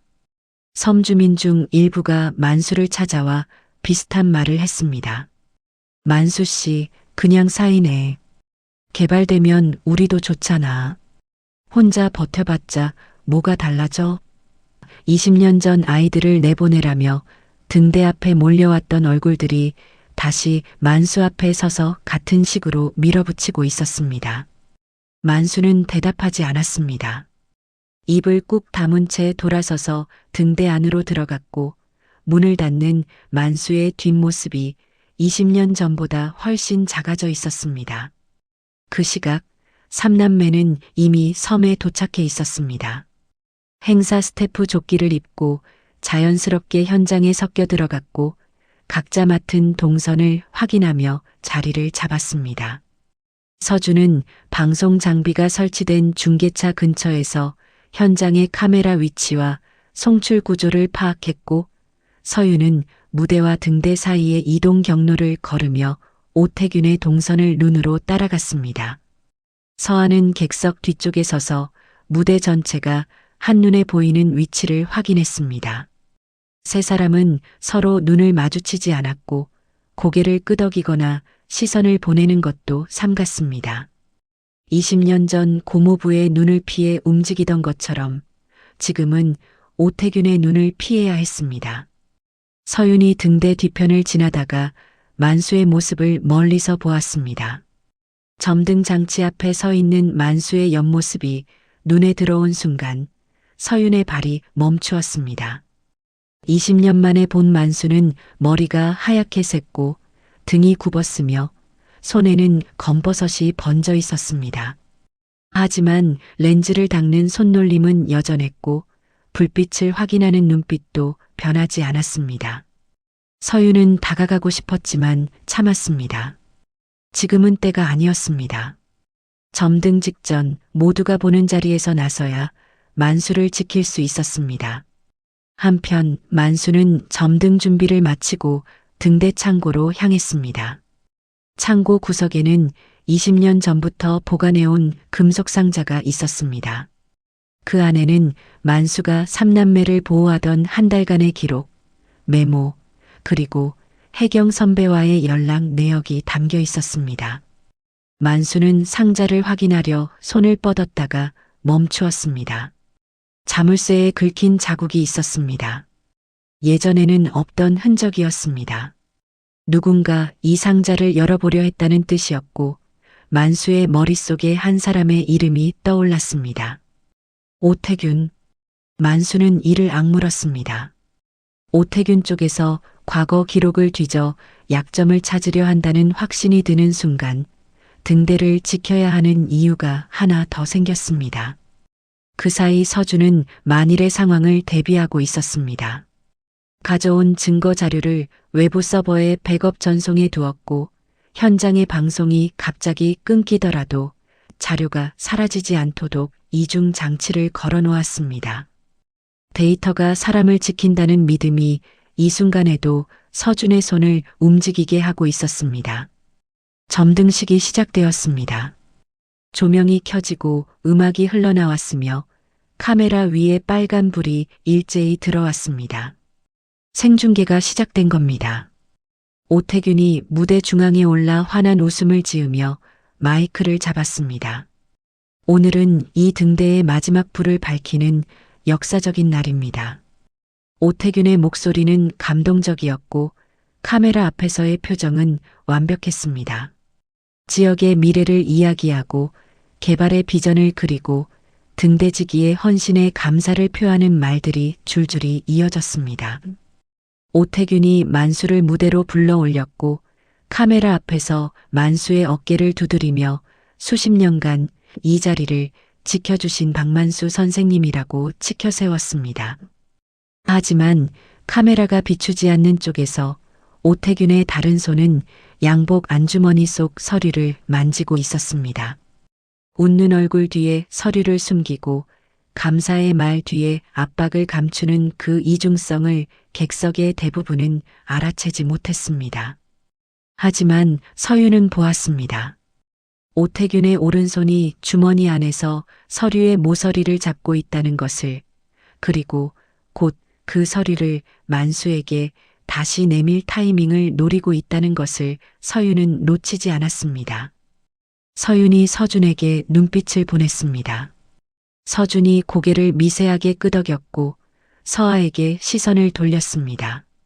서아는 객석 뒤에서 깊게 숨을 들이쉬고 있었습니다. 심장이 귀까지 울리는 것 같았지만 서아는 손을 가슴에 대고 숨을 고른 뒤 무대 쪽으로 시선을 고정했습니다. 점등식이 절정으로 향하고 있었습니다. 오태균이 마지막 점등 순서를 안내하며 만수에게 스위치를 맡기는 연출을 준비하고 있었고 그 직전에 서류를 내밀어 사인을 받겠다는 계산이 카메라 뒤에서 진행되고 있었습니다. 만수가 한 번이라도 펜을 들면 모든 책임은 만수에게 넘어가고 오태균은 깨끗한 몸으로 개발 사업을 밀어붙일 수 있었습니다. 만수는 무대 위에서 불빛 아래 서 있었습니다. 카메라의 조명이 눈을 찔렀지만 만수의 시선은 등대 꼭대기를 향해 있었습니다. 아직 켜지지 않은 불빛, 수십 년간 매일 밤 확인하고 지켜온 그 빛이 오늘 마지막으로 돌아갈 수 있다는 사실이 만수의 가슴을 짓눌렀습니다. 오태균이 만수에게 한 걸음 다가섰습니다. 주머니에서 서류를 꺼내려는 손이 미세하게 움직이는 순간 서윤의 눈빛이 날카롭게 빛났습니다. 지금이다. 소리 없이 입술만 움직인 그 신호가 서준에게 전해졌고 서준이 서아를 바라보았습니다. 서아는 조끼에 지퍼를 올리고 객석 사이로 한 발을 내디뎠습니다. 삼남매는 더 이상 지켜보기만 하지 않기로 결심했습니다. 20년 전 문을 두드렸던 아이들이 이제 문을 열 차례가 된 겁니다. 점등식이 절정에 다다른 순간이었습니다. 무대 위 조명이 만수를 비추고 있었고 카메라 수십 대가 그 얼굴을 생중계로 내보내고 있었습니다. 오태균이 만수 옆에 서서 환하게 웃으며 말했습니다. 자, 이제 마지막 점등을 앞두고 선생님께 한 말씀 부탁드려도 되겠습니까? 카메라 앞에서는 존경과 감사로 가득한 표정이었지만 오태균의 왼손은 이미 양복 안주머니 속으로 들어가 서류의 모서리를 잡고 있었습니다. 점등 버튼을 누르기 직전 카메라가 잠깐 다른 곳을 비추는 틈에 서류를 내밀 계획이었습니다. 오태균이 만수의 어깨에 손을 얹으며 카메라를 향해 고개를 돌린 그 순간 무대 아래에서 누군가가 앞으로 나오기 시작했습니다. 객석 사이를 빠져나온 서아였습니다. 스태프 조끼를 벗어 던진 서아는 무대 계단을 한 걸음씩 올랐고 그 발걸음이 생중계 카메라에 잡히자 현장이 술렁이기 시작했습니다. 오태균의 얼굴에 당혹감이 스쳤지만 카메라가 돌아가고 있었기에 웃음을 유지해야 했고 만수는 계단을 올라오는 젊은 여자가 누구인지 아직 알아보지 못한 채 눈을 가늘게 떴습니다. 서아가 무대 위에 올라섰습니다. 만수와 두 걸음 거리에서 멈춰선 서아는 만수의 얼굴을 바라보았습니다. 하얗게 센 머리카락, 깊어진 주름, 구분 등 20년의 세월이 새겨진 그 얼굴을 서아는 한참 동안 말없이 들여다보았습니다.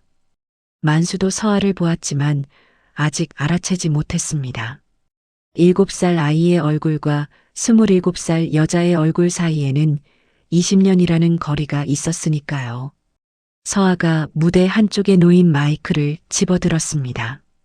손이 떨리고 있었지만 마이크를 쥔 손가락에는 힘이 들어가 있었고 서아는 한번 깊게 숨을 들이쉰 뒤 또렷한 목소리로 말하기 시작했습니다. 저희는 여기서 한 달을 살았습니다. 그 한 달 동안 우리 손을 놓지 않은 어른이 처음이었어요. 객석이 조용해졌습니다. 방금 전까지 웅성거리던 소리가 사라지고 카메라맨들이 서아에게 렌즈를 돌렸으며 생중계 채팅창에 무슨 사연이냐는 반응이 빠르게 올라오기 시작했습니다. 오태균의 입꼬리가 미세하게 내려갔지만 카메라 앞이었기에 곧바로 표정을 되돌렸습니다. 만수의 눈이 천천히 커졌습니다. 한 달을 살았다는 말, 손을 놓지 않은 어른이라는 말, 그 단어들이 만수의 기억 속 어딘가를 건드렸고 만수는 서아의 얼굴을 다시 보았습니다. 서아의 눈. 20년 전 이불 속에서 눈만 말똥말똥 뜨고 있던 아이의 눈과 같은 눈이었습니다. 만수의 입술이 벌어졌지만 소리는 나오지 않았습니다. 서아의 말이 채 끝나기 전에 무대 오른쪽에서 서윤이 올라왔습니다. 서윤은 마이크를 건네받지 않고 서아 옆에 서서 카메라를 정면으로 바라보며 차분하고 분명한 목소리로 말했습니다. 20년 전 저희 세 남매는 부모를 잃고 친척의 학대를 피해 도망쳤습니다. 한겨울 새벽에 갈 곳이 없어 이 등대의 문을 두드렸고 이분이 문을 열어주셨습니다. 한 달 동안 저희를 지켜주셨고 형제가 흩어지지 않도록 직접 복지기관에 연결해 주셨습니다. 서윤의 목소리에는 감정의 떨림이 있었지만 한 문장도 흐트러지지 않았습니다. 해양 안전 현장에서 수백 번 위기 상황을 보고해온 사람의 목소리였습니다. 객석의 공기가 달라지기 시작했습니다. 수군거림이 아닌 침묵이, 그리고 그 침묵 속에서 누군가의 흐느낌이 작게 들렸습니다. 생중계 채팅창의 속도가 눈에 띄게 빨라졌고 반응의 방향이 바뀌고 있었습니다. 그때 서준이 무대 왼쪽에서 올라왔습니다. 한 손에는 큰 글씨로 출력된 자료가 들려 있었습니다. 서준은 서윤과 서아 사이에 서서 첫 번째 자료를 카메라 앞에 펼쳤습니다. 만수가 한 달 동안 매일 밤 적어 내려간 수기 메모였습니다. 아이들의 식사 시간, 체온 기록, 상담 기관과의 통화 시간과 내용이 삐뚤삐뚤한 글씨로 빼곡히 적혀 있었고 서준은 그 메모를 가리키며 말했습니다. 이것이 첫 번째 기록입니다. 이분이 한 달 동안 저희를 보호하며 매일 밤 작성한 메모입니다. 서준이 두 번째 자료를 펼쳤습니다.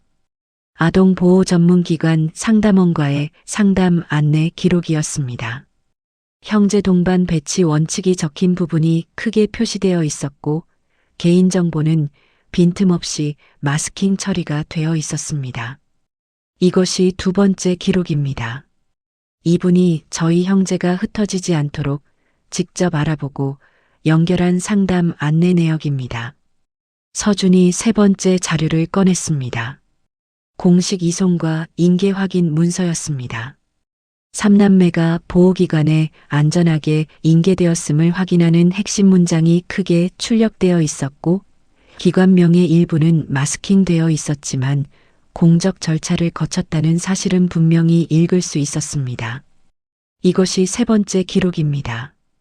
이분이 해경 출신 선배와 함께 저희를 공적 선박으로 이송하고 보호기관에 정식으로 인계한 기록입니다. 세 장의 자료가 카메라에 잡혔고 생중계를 보는 사람들의 반응이 폭발적으로 쏟아졌습니다. 오태균의 얼굴이 굳었습니다. 계획이 없던 상황이었고 생중계가 돌아가는 한 억지로 끊을 수도 없었습니다. 오태균은 빠르게 머리를 굴렸고 카메라를 향해 웃음을 만들며 말했습니다. 감동적인 사연이시네요. 하지만 오늘은 점등식 자리이니 개인적인 이야기는 나중에 따로. 오태균이 분위기를 돌리려 하자 서윤이 한 발 앞으로 나섰습니다.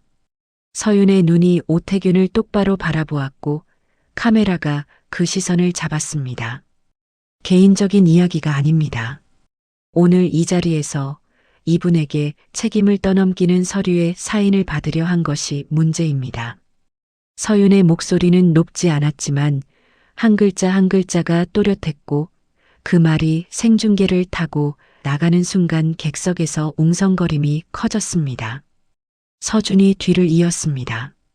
해당 서류의 핵심 조항은 등대 운영 전 기간에 걸친 안전사고의 최종 책임을 등대지기 개인에게 전가하는 내용입니다. 이 서류에 사인하면 개발 과정에서 어떤 문제가 생기든 책임은 이분 한 사람에게 돌아가고 추진 측은 아무런 책임을 지지 않는 구조입니다. 서준의 설명은 감정적이지 않았습니다. 데이터를 분석하듯 조목조목 짚어나갔고 그 명확함이 오히려 더 큰 힘을 가졌습니다. 오태균의 표정이 흔들렸습니다. 웃음을 유지하려 했지만 입꼬리가 떨리기 시작했고 카메라 앞이라는 사실을 의식하면서도 감정을 통제하기가 점점 어려워지고 있었습니다. 그때 만수가 입을 열었습니다. 무대 위에서 한동안 말없이 서 있던 만수가 천천히 마이크 쪽으로 걸어갔습니다. 걸음은 느렸지만 허리를 펴고 고개를 들어 카메라를 정면으로 바라보았습니다. 만수의 목소리는 낮고 갈라져 있었지만 등대 위에서 바람을 맞으며 수십 년을 버틴 사람의 무게가 실려 있었습니다. 나는 사인 못합니다. 그 종이는 나를 위한 게 아니라 당신을 위한 겁니다. 객석이 잠시 멈춘 것처럼 조용해졌고 그 한마디가 생중계를 타고 퍼져나갔습니다. 서준이 이어서 한 가지를 더 꺼냈습니다. 점등식 준비 기간 중 오태균 씨 측 하청 인부가 등대 창고에 무단 출입한 정황이 있습니다. 창고 안에는 20년 전 보호 기록이 담긴 금속 상자가 보관되어 있었고 그 상자에 외부 개봉 시도 흔적이 남아 있습니다. 서준의 말은 차분했지만 그 한마디가 의미하는 바는 분명했습니다. 오태균 측이 만수의 과거 기록에서 약점을 찾아 압박하려 했다는 것이었습니다. 오태균의 얼굴이 붉어졌습니다. 더 이상 웃음을 유지할 수 없었고 카메라가 돌아가고 있다는 사실을 잊은 듯 목소리가 높아졌습니다. 지금 무슨 근거로 그런 말을 합니까? 이건 명예훼손입니다. 오태균이 흥분한 채 삼남매를 향해 한 걸음 다가서며 손가락을 치켜드는 순간 그 장면이 고스란히 생중계 화면에 잡혔습니다. 등대지기의 헌신에 감사한다며 웃던 사람이 불과 몇 분 만에 젊은이들을 향해 언성을 높이는 모습. 시청자들은 그 대비를 놓치지 않았고 채팅창의 흐름이 급격하게 뒤집혔습니다. 여론이 역전되는 순간이었습니다. 하지만 삼남매는 여기서 멈추지 않았습니다. 상대를 무너뜨리는 것이 목적이 아니었기 때문입니다. 서윤이 마이크를 잡고 말했습니다. 저희는 이 등대를 철거하는 것에 반대하러 온 게 아닙니다. 이 등대를 살리러 왔습니다. 서윤의 목소리에 힘이 실렸고 객석의 시선이 집중되었습니다. 서윤이 설명을 이었습니다. 이 등대를 해양안전교육센터로 전환하자는 제안이었습니다. 서윤은 해양안전교육 프로그램의 뼈대를, 서준은 기상과 파고, 데이터 기반의 안전체험 시스템을, 서아는 위기아동 연계 프로그램의 구조를 각각 설명했습니다. 세 사람이 각자의 분야에서 쌓아온 전문성이 하나로 모이는 순간이었고 그 제안은 즉흥적인 감정이 아니라 구체적인 계획 위에 서 있었습니다. 객석에서 박수가 터졌습니다. 처음에는 한두 명이었지만 순식간에 퍼져나갔습니다. 생중계 채팅창에는 등대를 살리자는 메시지가 쏟아졌고 현장의 분위기는 완전히 뒤바뀌어 있었습니다. 만수는 무대 위에서 세 사람을 바라보고 있었습니다. 서아의 눈, 서윤의 목소리, 서준의 단단한 어깨, 20년 전 등대 문 앞에 쓰러지듯 서 있던 새 아이가 지금 이 무대 위에서 만수를 지키고 있었습니다. 만수의 눈시울이 붉어졌고 입술이 떨렸지만 만수는 울지 않았습니다. 대신 세 사람을 한 명씩 천천히 바라보며 고개를 한번 끄덕였습니다. 그것만으로 충분했습니다. 점등식의 주인은 더 이상 오태균이 아니었습니다. 등대의 불빛이 아직 켜지지 않았지만 무대 위에는 이미 다른 빛이 들어와 있었습니다. 생중계가 끝난 뒤 섬은 이전과 같은 곳이 아니었습니다. 점등식 영상은 밤새 인터넷을 타고 퍼져나갔고 다음 날 아침이 되자 뉴스 여러 곳에서 등대지기와 세 남매의 이야기를 다루기 시작했습니다. 20년 전 새 아이를 지켜낸 등대지기, 그리고 20년 뒤 그 등대지기를 지키러 돌아온 아이들. 사람들은 그 이야기에 마음을 빼앗겼고 동시에 등대 뒤에 숨어있던 개발 사업의 실체에 눈을 돌리기 시작했습니다. 여론의 방향이 바뀌자 움직이지 않을 수 없는 곳들이 생겨났습니다. 관련 기관에서 개발 사업의 절차와 계약 과정에 대한 조사가 시작되었고 오태균이 만수에게 들이밀었던 책임 전가 서류의 내용도 검토 대상에 올랐습니다. 등대 창고에 무단 출입한 정황, 금속 상자의 개봉 시도 흔적 역시 조사 범위에 포함되었습니다. 개발 사업은 전면 보류되었고 오태균의 실무 책임은 갈수록 커졌습니다. 점등식 무대 위에서 감사의 말을 늘어놓던 오태균은 이제 조사 서류 앞에 앉아야 하는 처지가 되었습니다. 섬 주민들의 태도도 달라졌습니다. 처음에는 느리게 그리고 점점 분명하게 변해갔습니다. 개발이 되면 좋겠다는 기대로 오태균 편에 섰던 주민들이 그 개발이 한 사람의 희생 위에 세워지려 했다는 사실을 알게 된 겁니다. 만수에게 사인하라고 압박했던 사람들 중 몇몇은 등대 앞을 지나면서도 고개를 돌렸고 어떤 이는 만수와 눈이 마주치자 멋쩍은 얼굴로 고개를 살짝 숙였습니다. 말로 사과하지는 않았지만 그 고갯짓 하나에 미안함이 담겨 있다는 것을 만수는 알았습니다. 개발이 멈추고 여론이 삼남매와 만수 쪽으로 기운 사이 서윤은 곧바로 다음 단계를 준비하기 시작했습니다. 반대만 하고 끝나면 등대는 결국 방치되거나 다시 철거 대상에 오를 것이 분명했기 때문입니다. 등대가 살아남으려면 존재할 이유가 있어야 했고 삼남매는 그 이유를 직접 만들기로 했습니다. 점등식 무대에서 꺼냈던 해양안전교육센터 전환안을 구체적인 사업 계획으로 발전시키는 작업이 시작되었습니다. 서윤은 해양안전교육 프로그램의 세부 과정을 설계했습니다. 조난 신호를 보내는 방법, 기상 변화를 읽는 법, 바다에서 실종을 예방하는 행동 수칙, 실제 구조 현장에서 쓰이는 기본 대응 절차. 서윤이 현장에서 수년간 다듬어온 내용들이 교육 과정의 뼈대가 되었습니다. 서윤은 프로그램의 첫 장에 다시 같은 문장을 적었습니다. 불빛이 보이면 그 방향으로 가라. 이번에는 그 문장의 유래를 숨기지 않았습니다. 서준은 데이터 기반의 안전체험 시스템을 구축했습니다. 등대에 설치할 기상 관측 장비와 파고 데이터 수신 장치를 선정하고 실시간 경보 시스템의 설계도를 그렸습니다.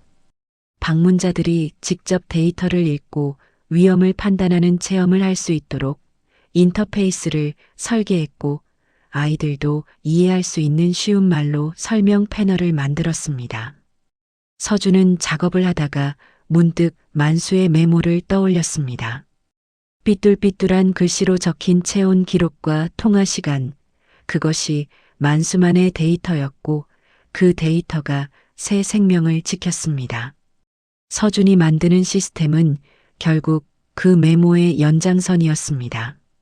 서아는 위기아동 연계 프로그램을 전환안에 붙였습니다.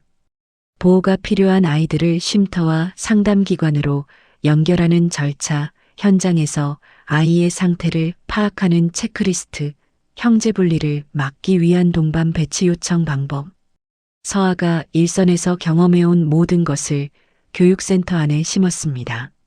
서아는 프로그램 안내문 맨 위에 한 줄을 적었습니다. 여기는 혼자 두지 않는 곳. 그 문장은 서아가 쉼터에서 처음 아이들에게 건넸던 말이기도 했고 20년 전 만수가 행동으로 보여준 것이기도 했습니다.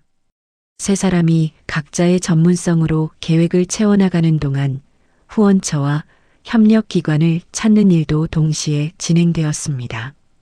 생중계 이후 3남매의 이야기에 공감한 사람들과 단체에서 연락이 오기 시작했고 해양 관련 기관에서도 교육 협력에 관심을 보였습니다. 쉽지 않은 과정이었습니다. 서류를 만들고 회의를 하고 거절당하고 다시 수정해서 보내는 일이 반복되었습니다. 하지만 3남매는 멈추지 않았습니다. 20년 전 새벽에 고모부의 집을 나서던 그때도 갈 곳이 정해져 있지 않았지만 걸었던 것처럼 지금도 길이 보이지 않는 곳을 향해 한 발씩 내디뎠습니다. 만수는 처음에 한 발 물러서려 했습니다. 3남매가 전환안을 설명하고 만수에게 함께하자고 했을 때 만수는 고개를 저었습니다. 나는 늙었다. 이제 젊은 사람들이 할 일이지.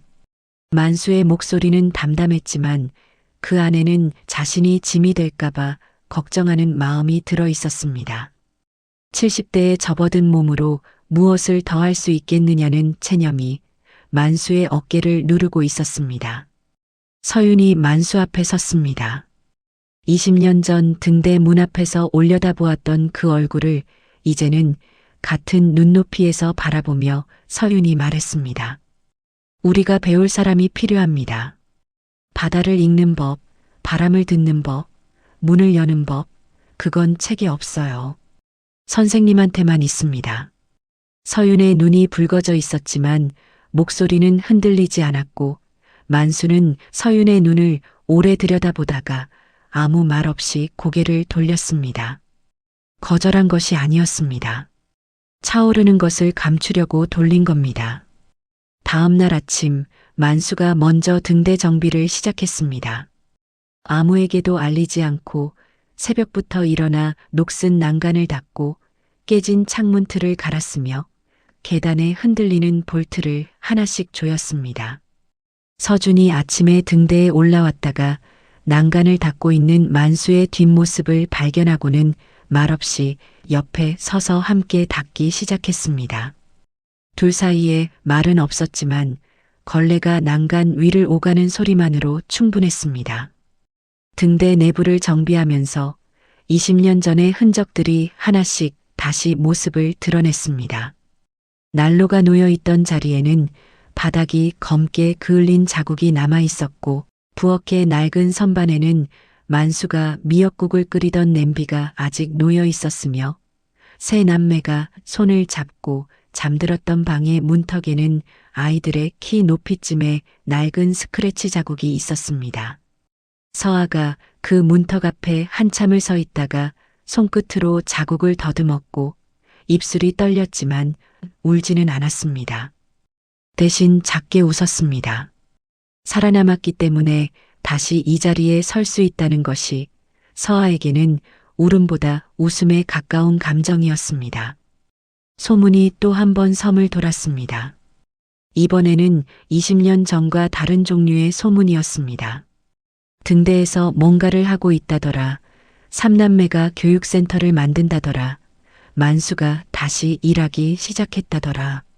처음에는 지켜보기만 하던 주민 중 한 사람이 아무 말 없이 등대 앞에 와서 페인트통을 내려놓고 갔습니다. 다음 날에는 다른 사람이 목재 몇 장을 가져다 두었고 그 다음 날에는 누군가 점심 도시락 4개를 문 앞에 놓아두었습니다.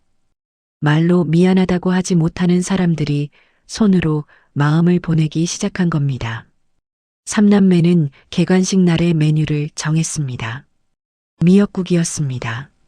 20년 전 만수가 새 아이에게 처음 끓여준 그 미역국을 다시 끓이기로 한 겁니다. 서아가 제안했고 서윤이 고개를 끄덕였으며 서준은 아무 말 없이 미역을 사러 나갔습니다. 그 결정에 긴 설명은 필요 없었습니다. 세 사람 모두 같은 기억을 가지고 있었으니까요. 서준은 점등 장치와 안전 설비를 하나하나 점검해 실제 운영이 가능한 상태로 만들었습니다. 회전축에 기름을 넣고 렌즈를 교체하고 비상 발전기의 연료 라인을 새 것으로 갈았습니다. 만수가 옆에서 지켜보다가 회전축의 각도를 미세하게 조정해 주었고 서준은 그 손놀림을 눈으로 따라가며 고개를 끄덕였습니다. 수십 년의 경험이 담긴 손끝이었습니다. 서윤은 해경과 해양 관련 기관을 오가며 교육 협약을 맺었습니다. 공식적인 기반 없이는 교육센터가 오래 버틸 수 없다는 것을 서윤은 알고 있었고 서류를 준비하고 협의하고 도장을 받는 일을 끈질기게 이어나갔습니다. 쉽지 않은 과정이었지만 서윤이 가져간 계획서의 첫 장에 적힌 이야기를 읽은 담당자들이 하나둘 마음을 열었습니다. 서아는 첫 수강생 모집을 시작했습니다. 섬의 아이들과 위기 청소년들을 대상으로 한 교육 프로그램이었고 입소문을 듣고 육지에서 문의가 오기 시작했습니다. 서아는 모집 안내문을 쓰면서 한 가지를 고집했습니다. 형제나 자매가 함께 신청하면 절대 불리하지 않는다는 원칙이었습니다. 그 한 줄을 적을 때 서아의 펜이 잠시 멈추었지만 이내 또박또박 마지막 글자까지 써내려갔습니다. 만수는 강의 노트를 쓰기 시작했습니다. 바람의 방향을 읽는 법, 파도의 소리로 날씨를 짐작하는 법, 등대 불빛의 주기가 뜻하는 것, 조난 신호의 종류와 대응 방법. 수십 년간 몸에 새겨진 것들을 글자로 옮기는 일은 쉽지 않았습니다. 만수의 글씨는 여전히 삐뚤삐뚤했고 한 문장을 쓰다가 지우고 다시 쓰기를 반복했지만 노트의 페이지는 하루하루 채워져 갔습니다. 글을 쓰는 만수의 얼굴에 20년 만에 처음으로 무언가에 몰두하는 사람의 표정이 돌아왔고 등대 창문으로 들어오는 오후 햇살이 노트 위에 내려앉을 때마다 만수의 손은 조금 더 빨라졌습니다. 등대는 달라지고 있었습니다. 철거될 곳에서 사람을 살리는 곳으로, 버려질 곳에서 다시 시작하는 곳으로. 그 변화의 한가운데에 삼남매와 만수가 서 있었고 그 주위로 조금씩, 아주 조금씩 사람들이 모여들고 있었습니다. 하지만 모든 준비가 끝나고 개관식 날이 다가올수록 삼남매의 가슴 한쪽에는 말로 꺼내지 못한 감정이 쌓여가고 있었습니다. 20년 전 이 등대를 떠나던 날의 기억이 이제 다시 이 등대에서 시작하는 날의 감정과 부딪히고 있었기 때문입니다. 개관식 날 아침 등대 부엌에서 미역국이 끓고 있었습니다. 냄비 뚜껑 사이로 김이 새어나왔고 바다 내음이 섞인 그 냄새가 좁은 부엌을 채운 뒤 복도를 타고 등대 안구석구석으로 퍼져나갔습니다. 20년 전과 같은 냄새였습니다. 하지만 이번에는 만수가 끓인 것이 아니었습니다. 서윤이 미역을 불렸고 서준이 쌀을 씻었으며 서아가 불 앞에 서서 나무 주걱으로 냄비를 저었습니다. 세 남매가 함께 끓인 미역국이었습니다. 그릇 4개가 식탁 위에 나란히 놓였습니다. 20해 전에는 만수가 3개의 그릇을 놓아주었지만 오늘은 삼남매가 4번째 그릇을 만수의 자리에 놓았습니다. 숟가락을 올리고 누룽지를 작은 그릇에 담아 옆에 두고 세 사람은 만수를 기다렸습니다. 만수가 부엌 문턱에 나타났습니다. 한 발을 들여놓다가 멈추었습니다. 식탁 위에 그릇 4개와 피어오르는 미역국 김을 보는 순간 만수의 얼굴에서 표정이 사라졌습니다. 무표정이 아니었습니다. 너무 많은 감정이 한꺼번에 밀려와 어느 하나로 정리되지 않는 얼굴이었습니다.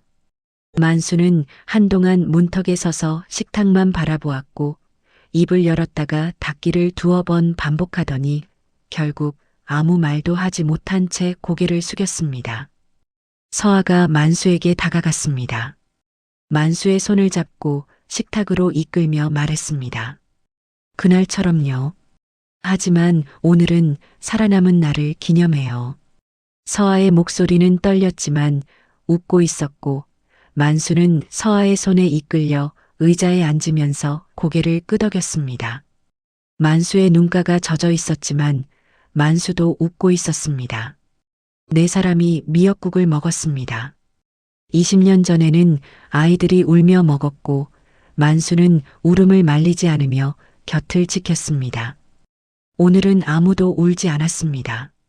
대신 조용한 웃음이 있었고 숟가락이 그릇에 닿는 소리가 있었으며 창문으로 들어오는 아침 햇살이 식탁 위를 따뜻하게 비추고 있었습니다. 서준이 누룽지를 한 숟가락 떠서 입에 넣더니 잠깐 멈추었습니다. 아버지가 냄비 바닥을 긁어주던 그 소리와 맛이 겹치는 순간이었지만 서준은 숟가락을 내려놓지 않았습니다. 한 번 더 떠서 먹었고 그것으로 충분했습니다. 식사가 끝나고 개관식 준비가 시작되었습니다. 등대 앞마당에는 간소한 무대가 마련되어 있었고 의자가 줄지어 놓여 있었습니다. 화려한 조명이나 대형 스피커는 없었습니다. 점등식 때 오태균이 만들었던 무대와는 전혀 다른 풍경이었습니다. 바람에 흔들리는 현수막 하나, 작은 마이크 하나, 그리고 등대를 배경으로 바다가 펼쳐진 것이 전부였습니다. 하지만 그것만으로 충분했습니다. 사람들이 모여들기 시작했습니다. 육지에서 배를 타고 온 사람들, 소식을 듣고 찾아온 교육 관계자들, 그리고 섬 주민들이 하나둘 자리를 채웠습니다. 주민들 중에는 20년 전 아이들을 내보내라고 등대 앞에 몰려왔던 얼굴도 있었고 만수에게 사인하라고 압박했던 사람도 있었습니다. 그들은 뒤쪽 자리에 조용히 앉았고 무대보다는 등대 쪽을 바라보고 있었습니다. 서윤이 첫 인사를 했습니다. 마이크 앞에 선 서윤은 바다를 한번 바라보고 객석을 향해 말했습니다. 바다는 무섭습니다. 하지만 배울 수 있습니다. 위험을 아는 것이 살아남는 첫걸음이고 그것을 가르쳐주는 곳이 오늘부터 이 등대입니다. 서윤의 목소리는 단단했고 그 한마디에 객석이 조용해졌습니다. 서준이 체험 공간으로 안내했습니다. 등대 한쪽에 설치된 기상 관측 장비와 데이터 화면 앞에서 서준은 아이들의 눈높이에 맞추어 설명했습니다. 이 숫자가 올라가면 파도가 높아진다는 뜻이에요. 이 소리가 나면 바다에 나가면 안 된다는 신호예요. 아이들이 고개를 끄덕이고 한 아이가 화면의 숫자를 손가락으로 가리키며 질문했을 때 서준이 얼굴에 작은 미소가 떠올랐습니다. 어렵고 복잡한 데이터가 아이의 손끝에서 쉬운 말로 바뀌는 순간이었고 서준은 그 순간을 위해 이 자리에 온 거라는 것을 느꼈습니다. 서아는 한쪽 공간에서 아이들을 맞이했습니다. 위기 청소년 몇 명과 섬의 아이들이 어색한 얼굴로 서 있었고 서아는 그 아이들 앞에 서서 말했습니다. 여긴 혼자 두지 않는 곳이에요. 무서우면 무섭다고 해도 되고 모르면 모른다고 해도 돼요. 그게 여기 규칙이에요. 아이들 사이에서 어깨가 조금 내려가는 것이 보였고 구석에 서 있던 한 아이가 반걸음 앞으로 나왔습니다. 서아는 그 반걸음을 놓치지 않았고 고개를 살짝 숙여 아이의 눈높이에서 눈을 맞추었습니다. 그리고 첫 강사를 소개하는 시간이 왔습니다. 서윤이 마이크 앞에서 말했습니다. 이 교육센터의 첫 번째 강사를 소개합니다. 바다를 읽는 법, 바람을 듣는 법, 그리고 문을 여는 법을 가르쳐 주실 분입니다. 객석의 시선이 무대 뒤쪽으로 향했고 만수가 모습을 드러냈습니다. 만수는 무대 앞에서 잠깐 멈추었습니다. 수십 개의 눈이 자신을 바라보고 있었고 카메라가 아닌 사람들의 눈이었습니다. 만수의 발이 한 박자 늦게 떨어졌고 손을 어디에 두어야 할지 모르는 듯 주머니에 넣었다가 뺐다가를 반복했습니다. 20년 전 등대문을 열 때는 주저하지 않았던 사람이 사람들 앞에 서는 일에는 익숙하지 않았습니다. 하지만 만수는 심호흡을 한 번 하고 앞으로 나왔습니다. 굽은 등을 가능한 만큼 펴고 마이크 대신 자신의 목소리로 바다를 향해 말하듯 이야기를 시작했습니다. 만수는 바람을 읽는 법부터 가르쳤습니다.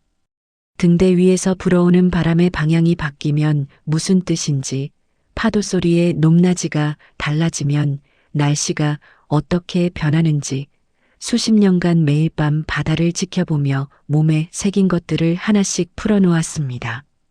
만수의 말투는 매끄럽지 않았습니다. 더듬기도 했고 같은 말을 2번 하기도 했으며 중간에 잠시 멈추어 바다를 바라보다가 다시 이어가기도 했습니다. 하지만 그 서툰 말 속에 수십 년의 무게가 담겨 있었고 듣는 사람들은 그 무게를 느꼈습니다. 조난 신호를 설명할 때 만수가 직접 팔을 들어 동작을 보여주었고 아이들이 따라했습니다. 구조의 기본을 이야기할 때 만수는 잠깐 말을 멈추었고 그 침묵 속에서 바다를 한번 바라본 뒤 다시 입을 열었습니다. 구조는 먼저 가는 겁니다. 생각하고 움직이는 게 아니라 움직이고 나서 생각이 따라옵니다. 문을 열어주는 게 먼저입니다. 만수의 목소리가 갈라졌지만 그 한마디가 바람을 타고 객석 끝까지 닿았습니다. 뒤에서 지켜보던 주민들 사이에서 박수가 나왔습니다. 한 사람이 손뼉을 치자 옆 사람이 따랐고 그 박수가 천천히 퍼져나가 객석 전체를 채웠습니다. 20년 전 만수에게 아이들을 내보내라고 했던 사람도 사인하라고 압박했던 사람도 그 박수 안에 있었습니다. 말로 하지 못한 것을 손바닥으로 전하고 있는 사람들이었습니다. 만수는 박수를 받는 것이 어색한 듯 고개를 약간 숙였지만 입가에 작은 미소가 번지는 것을 숨기지는 못했습니다. 해가 기울기 시작했습니다. 개관식의 마지막 순서, 제점 등의 시간이 다가오고 있었습니다. 만수가 등대 꼭대기로 올라갔습니다. 수십 년간 매일 올랐던 계단이었지만 오늘은 한 계단 한 계단에 힘이 더 들었고 무릎이 시큰거렸습니다. 그래도 만수는 멈추지 않았습니다. 꼭대기에 도착한 만수는 점등 장치 앞에 섰습니다. 서준이 새로 정비한 렌즈가 깨끗하게 빛나고 있었고 회전축은 매끄럽게 돌아갈 준비가 되어 있었습니다. 만수가 스위치에 손을 얹었습니다. 거친 손등 위로 검버섯이 번져 있었고 손가락 마디마디에 세월의 흔적이 새겨져 있었습니다. 그 손은 20년 전 새 아이에게 수건을 덮어주던 손이었고 매일 밤 렌즈를 닦고 장작을 넣던 손이었으며 서아를 업고 보건소까지 뛰던 손이었습니다. 만수는 스위치 위에 손을 얹은 채 잠시 눈을 감았습니다. 바람 소리가 들렸고 파도 소리가 들렸고 그 소리들 사이로 20년 전 새벽에 문을 두드리던 작은 주먹 소리가 겹쳐 들리는 것 같았습니다. 만수가 스위치를 내렸습니다. 불빛이 켜졌습니다. 렌즈가 회전하기 시작했고 하얀 빛이 한 줄기 뻗어나가 어둠이 내려앉기 시작한 바다 위를 가르며 돌았습니다. 등대 아래에 모인 사람들의 얼굴 위로 빛이 한 바퀴씩 스쳐 지나갔고 아이들이 그 빛을 올려다보며 눈을 크게 떴습니다. 빛이 돌 때마다 어둠과 밝음이 교차했고 그 리듬 속에서 등대는 다시 살아 있었습니다. 삼남매는 등대 아래에 나란히 서 있었습니다. 서윤이 가운데, 서준이 왼쪽, 서아가 오른쪽. 20년 전 고모부의 집을 빠져나올 때와 같은 순서였지만 지금은 도망치는 발걸음이 아니었습니다. 세 사람은 서로의 손을 맞잡았습니다. 서윤이 조용히 말했습니다. 이제 우리가 누군가의 손을 잡자. 서준이 고개를 끄덕였고 서아는 돌아가는 불빛을 올려다보며 입술을 깨물었지만 눈물 대신 미소가 번졌습니다. 등대 꼭대기에서 만수가 아래를 내려다보고 있었습니다. 세 사람이 손을 잡고 서 있는 모습, 그 주위로 모인 사람들, 아이들의 얼굴 위를 스치는 불빛. 만수는 그 풍경을 한참 동안 바라보다가 난간에 손을 짚고 고개를 끄덕였습니다. 20년 전 서랍 속에서 꺼내 들었던 자식의 사진, 이번엔 못 잃는다고 속삭였던 그 밤의 다짐이 이 순간에 와서야 비로소 완성된 것인지도 모릅니다. 등대는 더 이상 철거될 곳이 아니었습니다. 오태균이 꿈꾸던 개발 부지도 아니었고 늙은 등대지기가 혼자 불씨를 지키던 외로운 곳도 아니었습니다. 등대는 해양안전교육센터가 되었고 정기교육과 위기아동 연계를 동시에 운영하는 곳이 되었으며 문을 열고 들어오는 모든 사람에게 같은 말을 건네는 곳이 되었습니다. 괜찮다, 이제 들어왔다. 만수는 매 수업이 시작될 때마다 같은 말을 했습니다. 문을 열어주는 게 먼저다. 그 한마디가 수업의 시작이었고 교육센터의 정신이었으며 20년 전 한겨울 새벽에 만수가 새 아이에게 보여준 것의 전부이기도 했습니다. 불빛이 돌고 있었습니다. 등대 위에서 시작된 빛이 바다 위를 가로질러 어둠 속 어딘가에 닿고 다시 돌아와 또 한 바퀴를 그렸습니다. 그 빛은 20년 전에도 비추었고 오늘도 비추었으며 내일도 비출 것이었습니다. 불빛 있는 곳엔 사람이 있다고 16살 소녀가 동생들에게 말했던 그 말이 이제는 등대 자체의 약속이 되었습니다. 문을 두드리는 사람이 있는 한 이 불빛은 꺼지지 않을 것입니다. 조선의 실학자 정약용은 유배지에서 두 아들에게 보낸 편지에 이런 말을 남겼습니다. 남을 사랑하는 데는 재주가 필요 없다. 다만 곁에 있어주는 것이 재주다. 만수는 아무것도 가진 것이 없었습니다. 의사도 아니었고 관리도 아니었으며 돈이 있는 것도 아니었습니다. 그가 한 것이라곤 문을 열고 수건을 덮어주고 미역국을 끓이고 밤새 장작을 넣어준 것뿐이었습니다. 하지만 그 평범한 손길들이 새 아이의 인생 전체를 바꾸었습니다. 살다 보면 누군가가 문 앞에 서게 되는 순간이 옵니다. 그때 우리에게 필요한 것은 대단한 능력이 아니라 문을 열어주는 마음 하나입니다. 오늘 이 이야기가 여러분의 마음에 작은 불빛 하나를 켜드렸기를 바랍니다. 사연이 여러분께 공감되셨다면 구독과 좋아요로 함께 해주세요. 더 열심히 감동적인 이야기 전해드리겠습니다. 오늘도 함께 해주셔서 감사합니다. 사연 그날이었습니다.